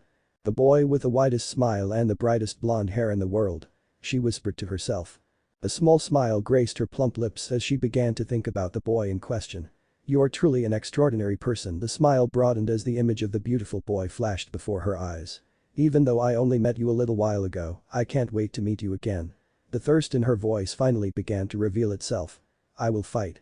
Every word inside her mouth vanished as her head collided with something solid, causing her to squint in pain.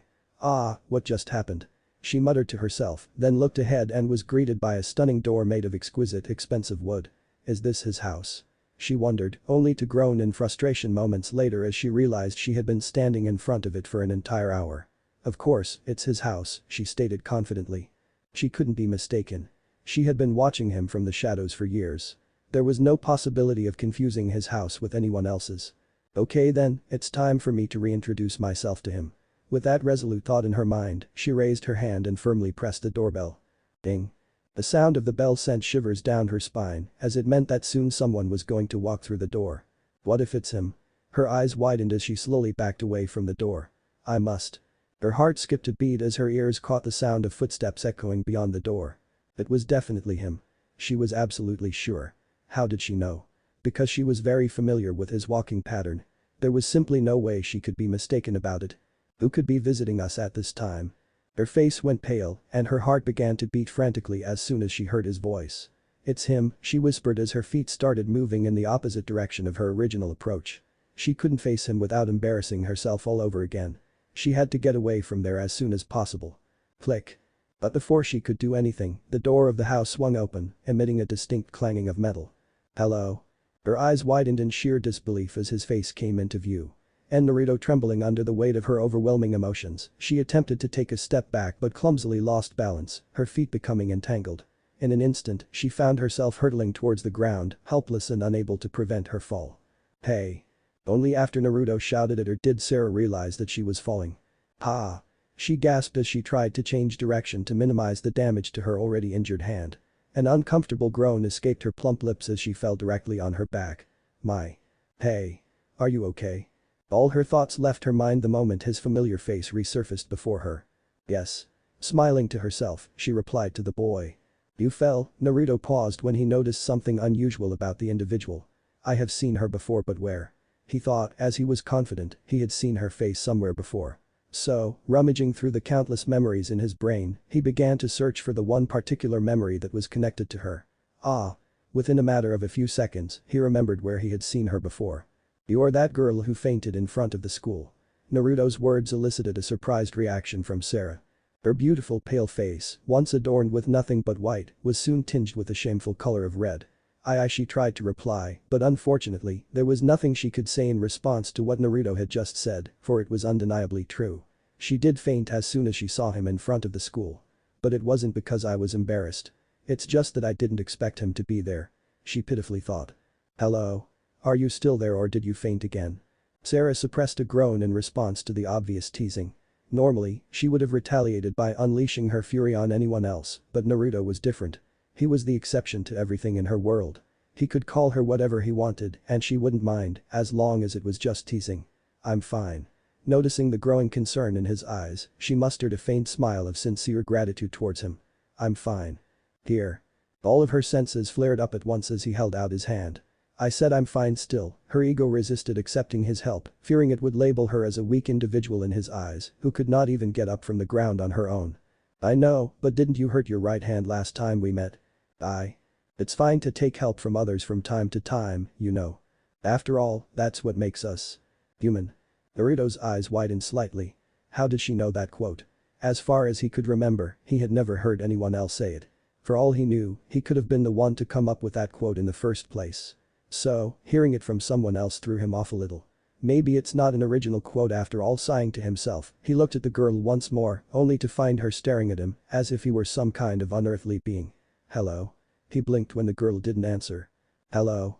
Hello? Excuse me? As Naruto struggled to find a way to bring Sarah back to reality, Sarah, on the other hand, was experiencing the time of her life, gazing into the eyes of the person she had admired so deeply over the past few years. You look cool though, even more than me. Her heart fluttered with uncountable emotions as she began to fall into the chasm of one of the few sets of beautiful memories amassed throughout her tragic and unfortunate life, memories gifted by him like delicate petals in a vast garden. Flashback. Pain. That was all she could feel. From the brilliant beginning of the day to the gloomy end, she was met with nothing but pain and suffering. Her body, her frail and exhausted body, had endured unimaginable abuse for years and was finally giving up. She could feel it in her heart as hope was beginning to slip away. Hope. The false belief bestowed upon her by her mother was something that had given her the courage to endure everything that had been thrown at her by her wicked family. But now, after being crushed by the harsh reality so many times, Sarah was beginning to realize that hope was nothing but an illusion. It was just a mental crutch created by weak individuals to help them endure the punishments that were inflicted on them by strong entities. She, who had lived her entire life embracing the concept of hope, was gradually starting to recognize that the more she clung to this notion, the more her strength diminished. I can't go on living like this, Sarah lamented to herself, her face contorting into a deep scowl as she sought refuge under the soothing shade of the towering tree. If I want to live a fulfilling life, I must become strong. Her gaze, previously fixed on the sky, shifted away from the expanse of blue and focused on the tree above her. In both the supernatural world and the mortal one, only powerful things can survive the punishment of time. The tree under which she was sitting was a powerful being. It had endured every punishment inflicted on it by nature, and now, after overcoming those hardships, it was offering shelter for vulnerable individuals, providing them with a cover from the scorching heat and pouring rain. According to Sarah, the tree was one of the best examples of how a strong being should act. First you must become stronger, and then you can use that power to improve the lives of those who are weaker than you, she whispered, reflecting on her mother's profound advice with unwavering clarity. But how am I supposed to become powerful? She had nobody to teach her or lend a helping hand in any capacity whatsoever. The only person by her side was her beloved mother, but as much as Sarah hated to admit it, her mother was not powerful enough. In the end, she was just a human. This fact made her inherently weaker compared to almost every other being in her world. You are weak and pathetic because you lack the traits to be a true devil. Sarah clenched her fists as her father's harsh, yet undeniably accurate, words echoed in her mind. No matter how hard she tried to deny it, she could not avoid the undeniable truth. Her father was correct. The main reason for her weakness was her not accepting the true essence of her existence. She was more devil than human, but Sarah had always refused to accept that reality throughout her life. Why? Because it doesn't align with my ideology. Her ideology was to help weaker beings and protect them, something that stood in stark contrast to the values of the devils. They exploit vulnerable individuals only to discard them once they no longer serve a purpose. Sarah could never stoop to such levels. She refused to tread down that dark path. How am I supposed to fight that monster? Her eyes widened in surprise as she heard the sound of footsteps approaching her. Have they found this place already? The fear in her voice was warranted, as if her father caught her taking a break here, instead of observing other devil children in the town, he would permanently ban her from visiting the human world. All her worries vanished in an instant when, instead of her father, she caught sight of an unfamiliar figure emerging into the clearing. This place seems nice. I think I can train here. Her beautiful hazel eyes met his deep blue, and at that very moment, she noticed something strange about him. He isn't a human. She could sense it in an instant as he was leaking out energy as if it was nothing. His energy reserves are huge. In her short and sad life, she had seen many individuals with almost endless reserves of energy, but none of them could even compete with the vibrant display before her at that moment. You don't have to hide anymore. I can sense energy too, you know. His words elicited a gasp out of her, and before she knew what she was doing, she was walking out of her hiding spot. What am I doing? He can be a rogue devil or a Lucifer hater in general. She let the flood of scenarios run through her mind, but she dismissed them all without much thought. If what she was looking at was true, then the boy could have already killed her by now. Naruto blinked as the bushes behind him rustled abruptly. Is he behind me? He panicked. Smart and aware as he might appear on the outside, Naruto was still a novice when it came to sensing the presence of another supernatural individual. So yeah, while he could sense that someone was hiding near him, he could still not point out where. The fear in his heart subsided a little as he was greeted by the sweet and timid voice of a girl. Who is she? He asked himself and turned around to look at the person, only to be amazed when he saw one of the most beautiful girls he had ever seen standing in front of him. I'm sorry for scaring you like that, but believe me, I wasn't trying to hide from you.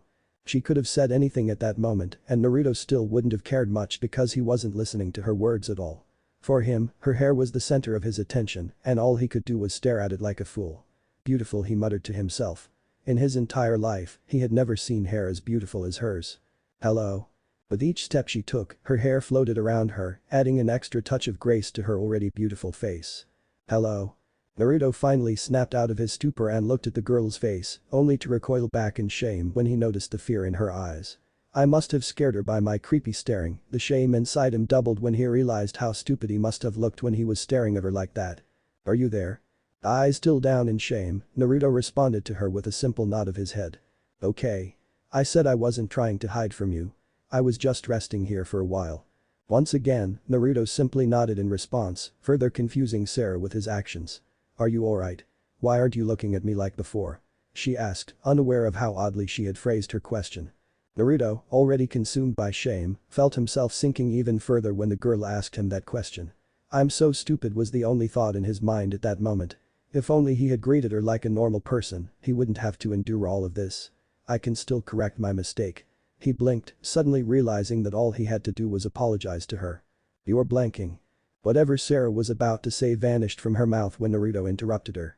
I'm sorry for staring at you like that before. I didn't mean to do it. His apology, though very sincere, only served to further confuse the girl. What are you saying? She blinked at him. When were you staring at me? I don't understand. She was genuinely confused and the boy's random statements were not helping her at all. Naruto's mind came to a screeching halt as he realized that he had only made the situation worse. She didn't even notice me staring at her. Fantastic Naruto, you truly are a master of social interactions. Before he could indulge in self-depreciation, he knew he had to address the chaos he had just unleashed. Ahaha, I was joking. He tried the basics he had learned from the students at the school, but cringed immediately when he saw the blank look on her face. Not I was serious. His lips began to tremble a little when the girl remained motionless. Fine. Having had enough of everything, Naruto finally decided to confront it in his way. Listen, while you were explaining yourself, I couldn't help but notice your hair. You were looking so cool with your hair flowing in the wind that I forgot to listen to what you were saying. Naruto gasped for air, managing to spit out everything in a single breath. It was now up to the girl to see how she would react. I see, are you one of those awkward types my father told me once about? It's funny, I sympathize with your situation. Naruto stood speechless, struggling to understand what he had just heard. Impossible, he muttered under his breath, utterly confused. How could there be someone even more awkward than himself and Kyoko in this world? It was unimaginable, yet the girl standing before him had shattered his belief. Sarah, who was noticing the change in the boy's demeanor, began to shake a little. What are you talking about? She asked him, fully aware that she wouldn't be able to keep up this brave facade for much longer. BFFT, haha. Her fear became a reality when the boy began to laugh like a maniac. Did he realize that I was faking confidence? She hoped not. Otherwise, that would mean that she would appear weak in front of a child too. She wouldn't be able to handle that. You're not any better. You're as awkward as me, hahaha. Naruto's words elicited a mysterious reaction from Sarah. What do you mean, like you? Her gaze was now fixed on the boy. I mean, you're just like me. No, I'm not. Yes, you are. No. Yes. Sarah accepted her defeat. There was no point in arguing with someone as stubborn as the boy in front of her. What if I'm awkward? Is it a problem? Her words, though spoken with bravery, still escaped in a hushed tone, like a faint breeze. Nope. Why would that be a bad thing? But you were laughing at me for being weak a while ago. Naruto paused and blinked at the girl. Huh? His voice and the expression on his face failed to conceal his confusion. Weak? When did I call you weak? He asked her, intrigued by how she reached that conclusion without any valid basis. Why, you said I am awkward. And that means you are weak. Sarah nodded eagerly. Yes, she whispered, lowering her gaze as the boy approached her. How? She paused for a moment to see if he was still coming toward her. He is, she thought, and then her feet started to walk in the opposite direction. Boy, don't run away and answer my question. Little feet stopped their stride as Sarah raised her head and looked into his eyes, a hint of vulnerability shining within her own. Because my father says that only weak people lack the courage to confront others, and that makes them awkward. She could still remember every word that man had said to her. They were the sole reason for her timid personality after all. Wow, that means I'm weak too, Naruto muttered softly as a small smile crept onto his lips. Or maybe, just maybe, your father isn't that intelligent. His words were followed by a surprised gasp from the girl. What? He looked at her in confusion. I'm serious. The way you have just described your father, he sounds like a clown to me.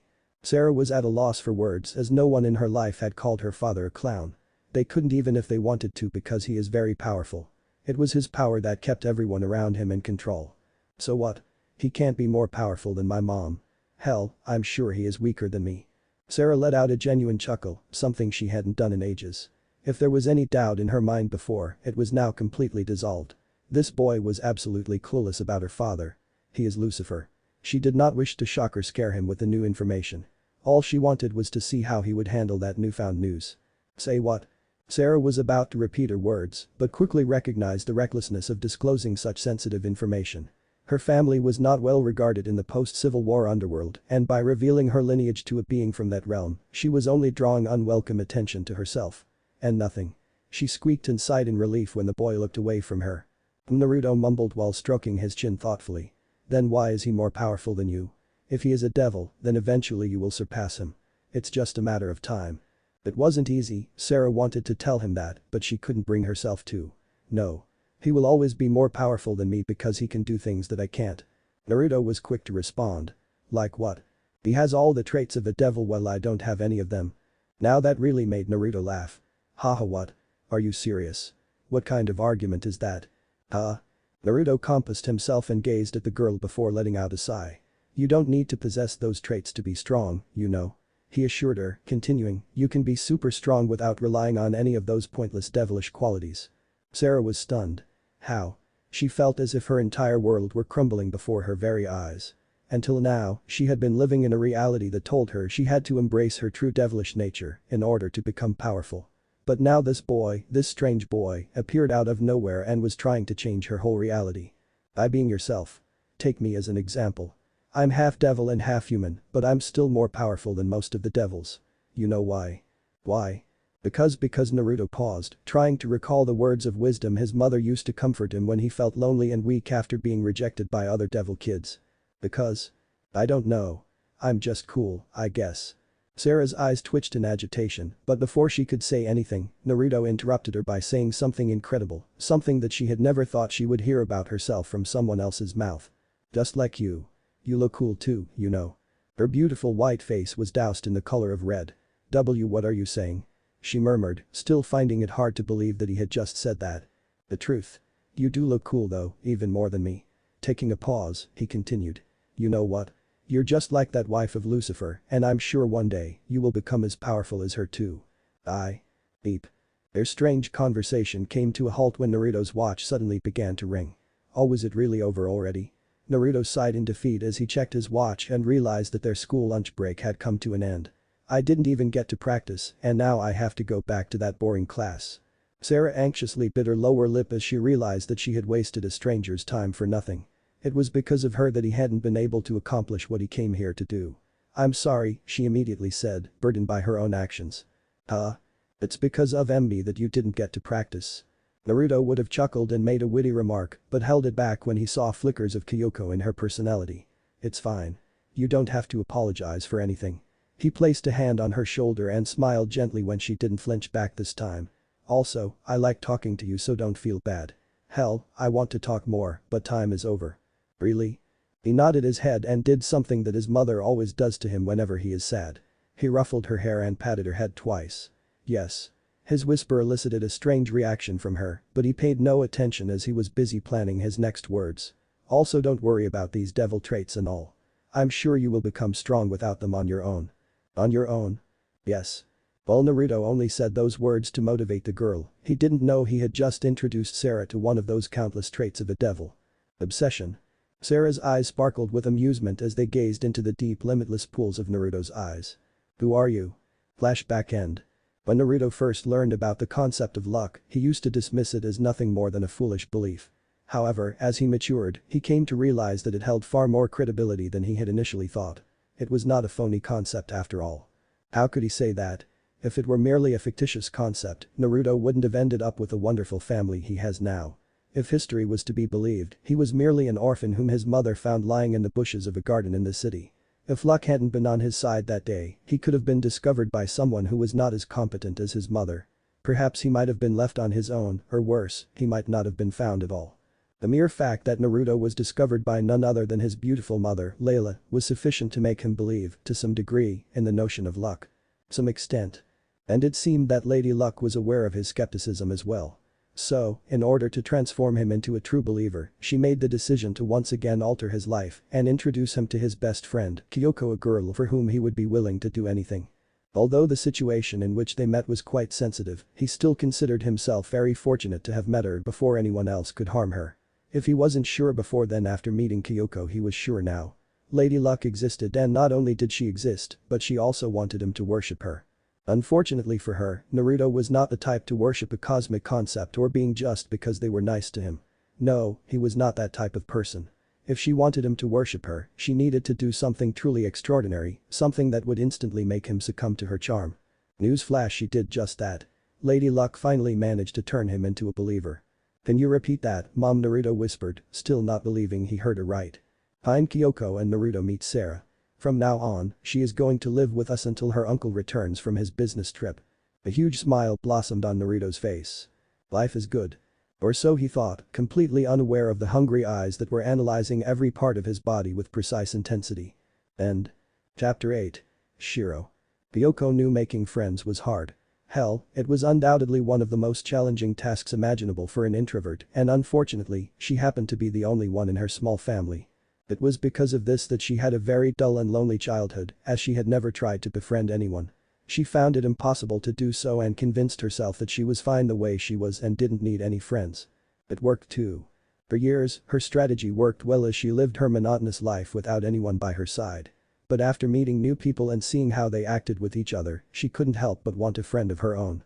For the first time in her life, she wanted to make true friends, and that she did, the only drawback being that those friends were not her friends to be exact. They were predators and she was their victim.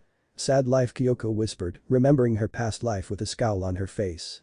After seeing the outcome of her initial efforts to make friends, Kyoko made the decision to revert to her original plan of solitude. She didn't need friends. She was fine without them. At least, that's what she used to think. Everything changed when she met Naruto. He transformed everything and brought excitement and joy into her life. Even now, I still struggle to make friends. A hint of embarrassment began to overrun her face, causing it to lose a bit of its glow. During her long stay with Naruto and Layla, Kyoko learned a multitude of things. Whether it was drawing or cooking, the family of two never missed an opportunity to pamper her and provide her with valuable skills. However, they overlooked one crucial aspect. They forgot to teach me how to initiate a conversation with a stranger. Her lips formed an adorable pout as her eyes wandered over to the other side of the dining table where Naruto and Layla were sitting, engaged in conversation with a newly added member of her family. Seeing both of them trying their best to start a conversation with Sarah made her feel utterly useless, like a worthless failure. Seriously, she needed to find a way to join the conversation. Otherwise, the new girl would end up receiving all the attention from her small, lovely family. Speaking of them, Kyoko shifted her gaze slightly to catch sight of the new girl's face and instantly furrowed her brows upon seeing the fixed expression. It was unexpected, brimming with affection and lust, with the latter overpowering all else. Why does she have that look on her face? The poor girl couldn't help but ask herself. Fortunately, her question was answered instantly when she followed Sarah's gaze. Her hungry and love-filled eyes were looking at none other than Naruto. Kyoko's senses went on alert as soon as she realized the gravity of the situation. She wants Naruto. Her heart sank a little as she whispered those words in her mind.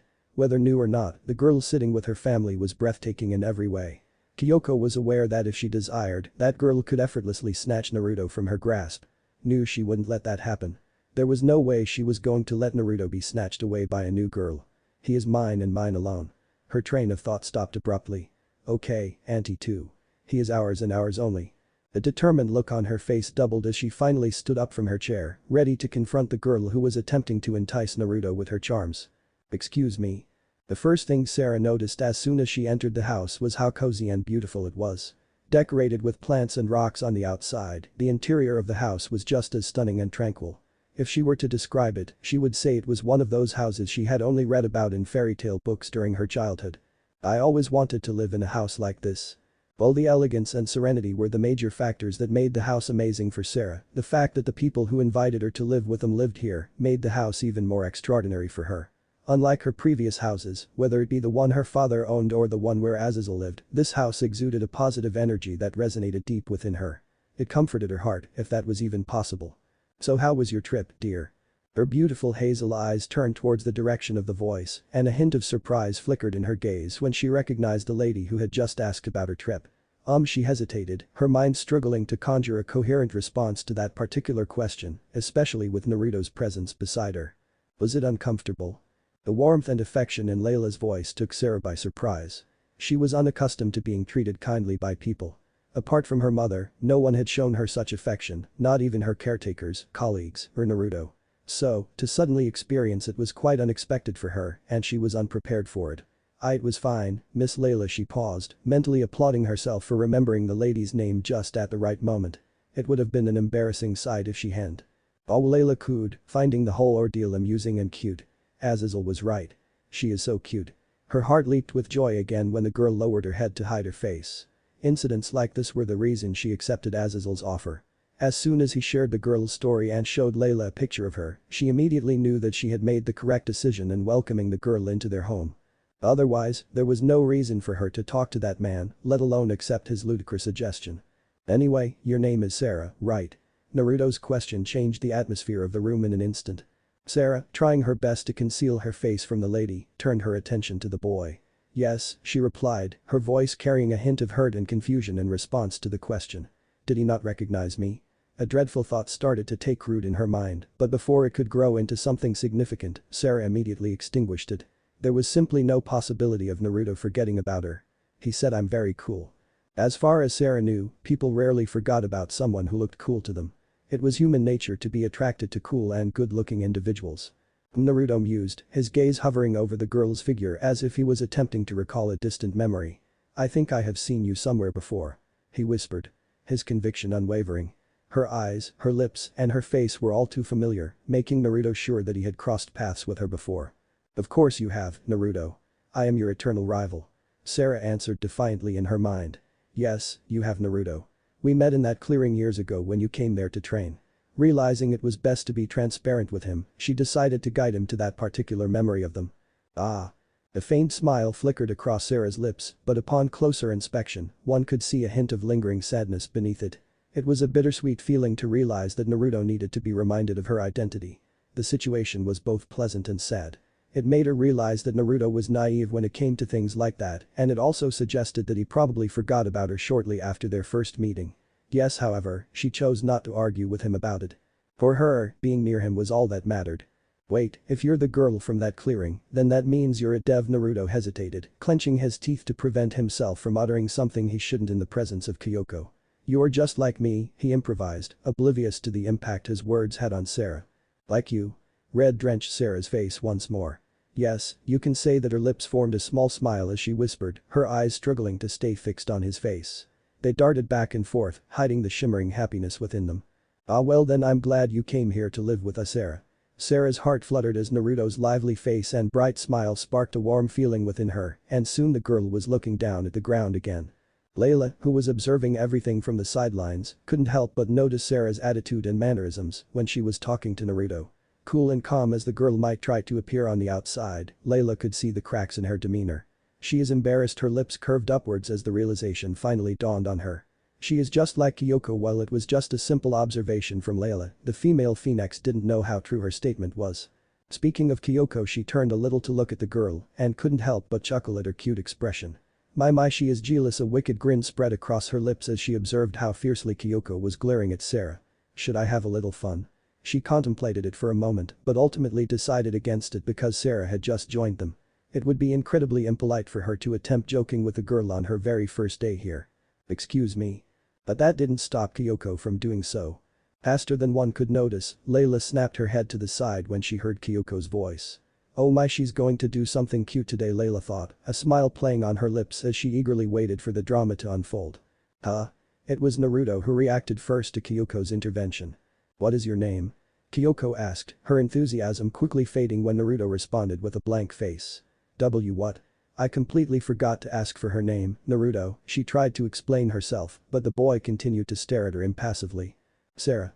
Kyoko breathed a sigh of relief when Sarah promptly answered her question before Naruto could embarrass her any further with his intense stare. I see, she whispered, her feet strolling towards the girl at a rhythmic pace. Nice to meet you, Sarah-san. As soon as she reached close to her, the first thing Kyoko did was place a chair between Sarah and Naruto's chairs. If she wants to flirt so badly, then she can do it with me instead. For her, Naruto was someone she couldn't share with anyone except her aunt. Therefore, Kyoko had no problem with being a little bit mean today. Nice to meet you too. Kyoko blinked when Sarah trailed off abruptly, but soon realized it had more to do with her losing her train of thought than anything else. Wait, I forgot to mention my name, she gasped as tints of red shaded her cheeks. My name is Kyoko Phoenix. She immediately introduced herself, making sure to emphasize the Phoenix part to hint at her connection to Naruto and her aunt. I see. Nice to meet you, Kyoko-san. Kyoko smirked at Sarah, reveling in the satisfaction of asserting her dominance over a girl she had only just met moments ago. It was a huge win for her according to her mind. I never knew Naruto had such a cute sister, and just like that Sarah spoiled Kyoko's dance of victory in a matter of a few seconds. It was Sarah's turn to smirk. I never knew Naruto had such a cute sister, she said with a vicious grin as she watched Kyoko squirm in her seat. You really thought I didn't know anything about you, Kyoko? Fool. I know everything about you and your family. Every word Sarah spoke in her mind was true. She knew almost everything about Naruto's family. He had saved her, so it was only natural for her to learn everything about him in order to understand him better. The fact that this information would also help her in their fated battle was an added bonus. I'm not his sister. Sarah raised an eyebrow. Really?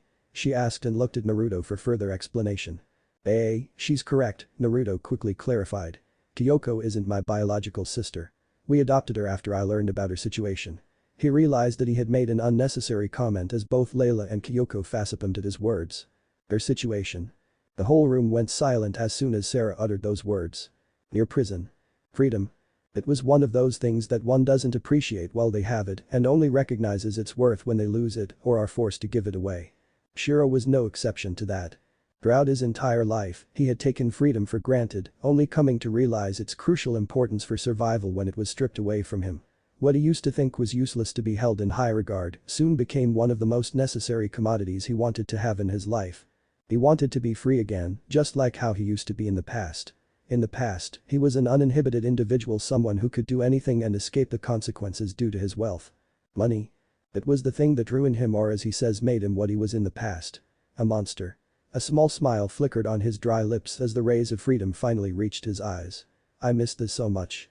His eyes dilated with happiness as he realized that he was finally free. I am out of that hell now. His heart couldn't help but beat erratically as the sensation he was feeling at that moment was incredible. It was a surreal experience and he wanted to savor every moment of it.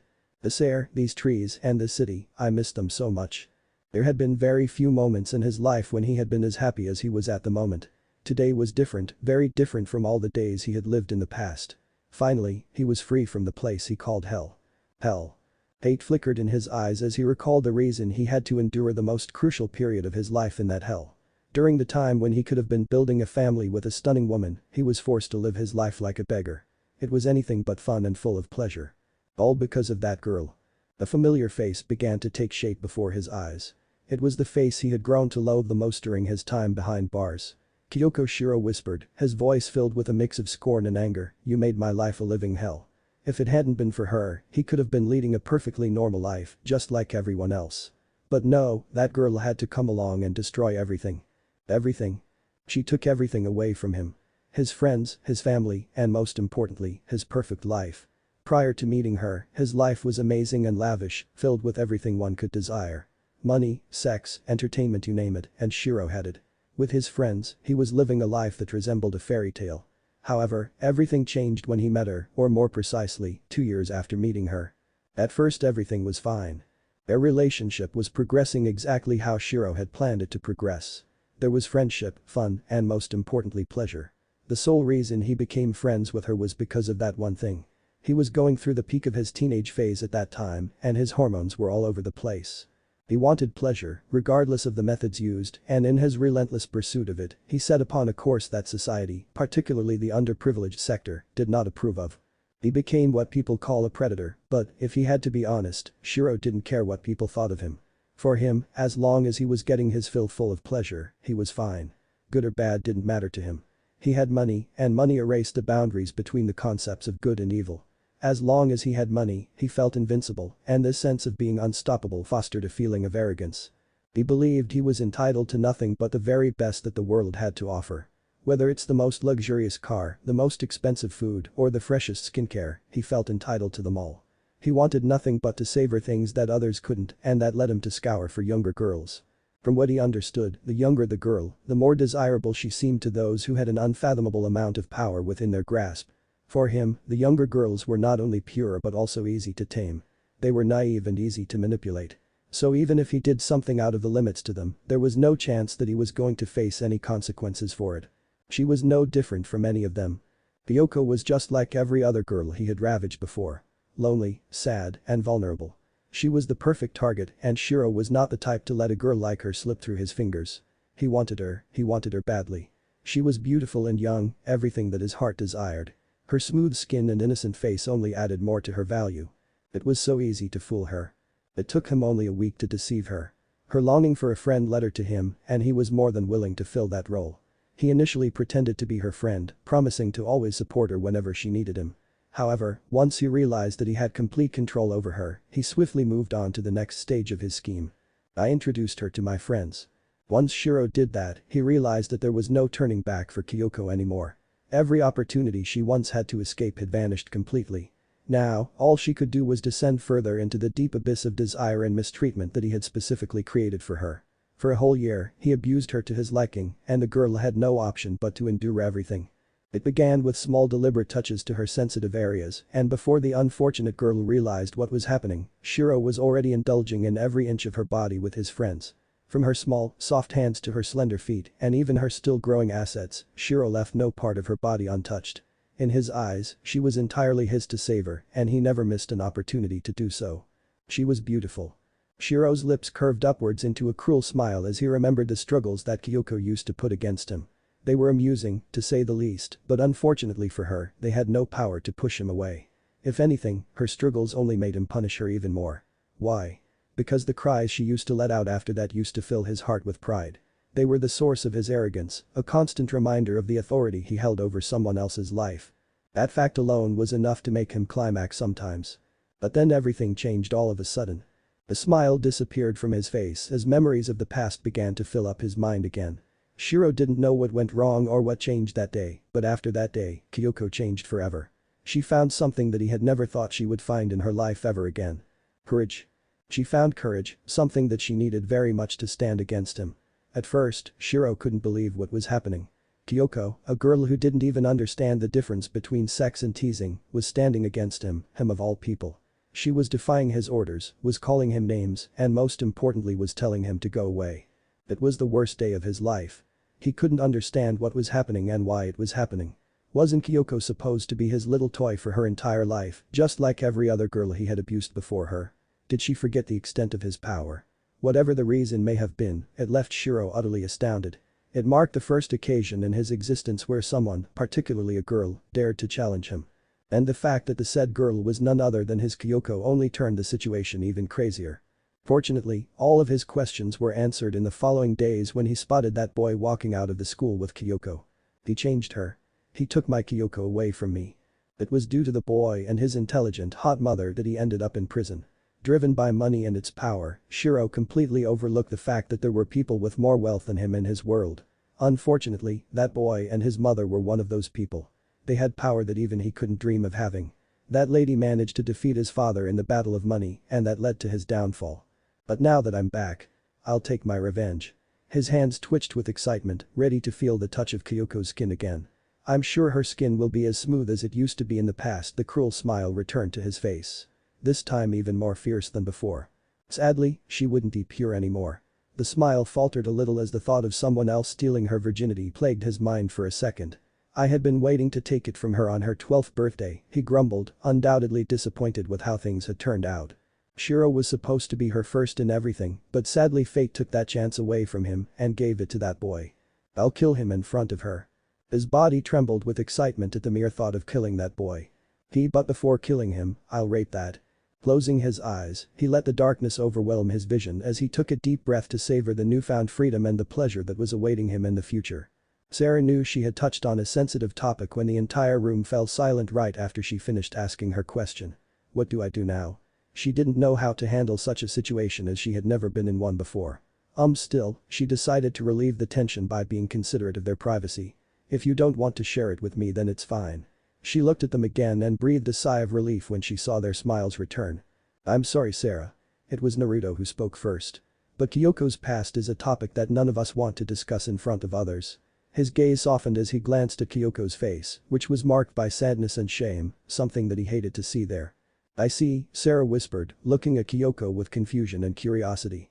The girl had secrets that she didn't know. Interesting, that was all she could think at that moment. If that's the case, then I won't inquire about her past ever again. She was lying.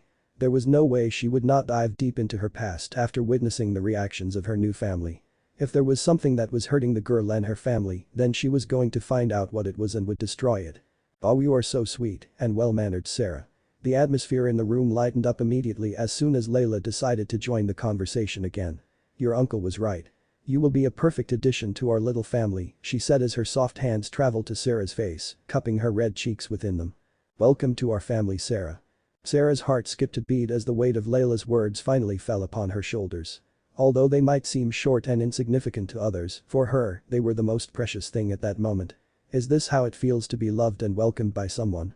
She found herself asking, uncertain of what she should feel or do at that moment. Throughout her life, her mother had been the only one to express love for her. Apart from her, there had never been anyone who greeted her with such warmth like her new family just had. Layla. Sarah gazed at the woman and found herself unable to resist a smile when she saw nothing but warmth and sincerity in her expression. It was extraordinary. Thank you. Oh, you don't have to thank. Ha. Everyone in the room was startled when Naruto, out of nowhere, began to gasp heavily and clutch his chest. Naruto.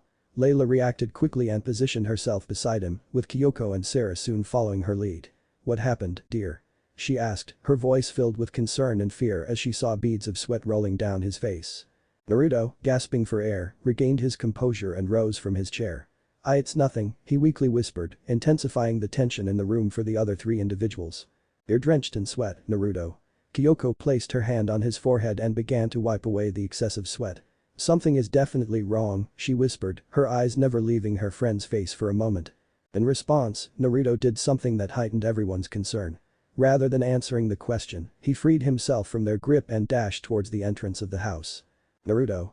The boy didn't look back, and before the girls realized it, he was already outside the house. An unknown location. Darkness. Shiro knew it very well. It was a state of pure madness where nothing was visible to the naked eye, only the mind could see and function within it. The decision you made in that state depended on the type of person you were. Some individuals never surrendered to it, constantly seeking an escape, while people like him embraced the comfort and solace it offered. It was in the darkness that he revealed his true self, especially to those girls who ventured away from the safety of light and foolishly followed him to the darkest corners of their lives. In a way, darkness was his only loyal companion. It stood by him when he embarked on his journey for pleasure and remained with him even within the tormenting silence of that wretched prison. Unlike other people in his life, darkness never abandoned him. However, that did not mean Shiro did not give anything in return to darkness. He gave it what he knew it desired most.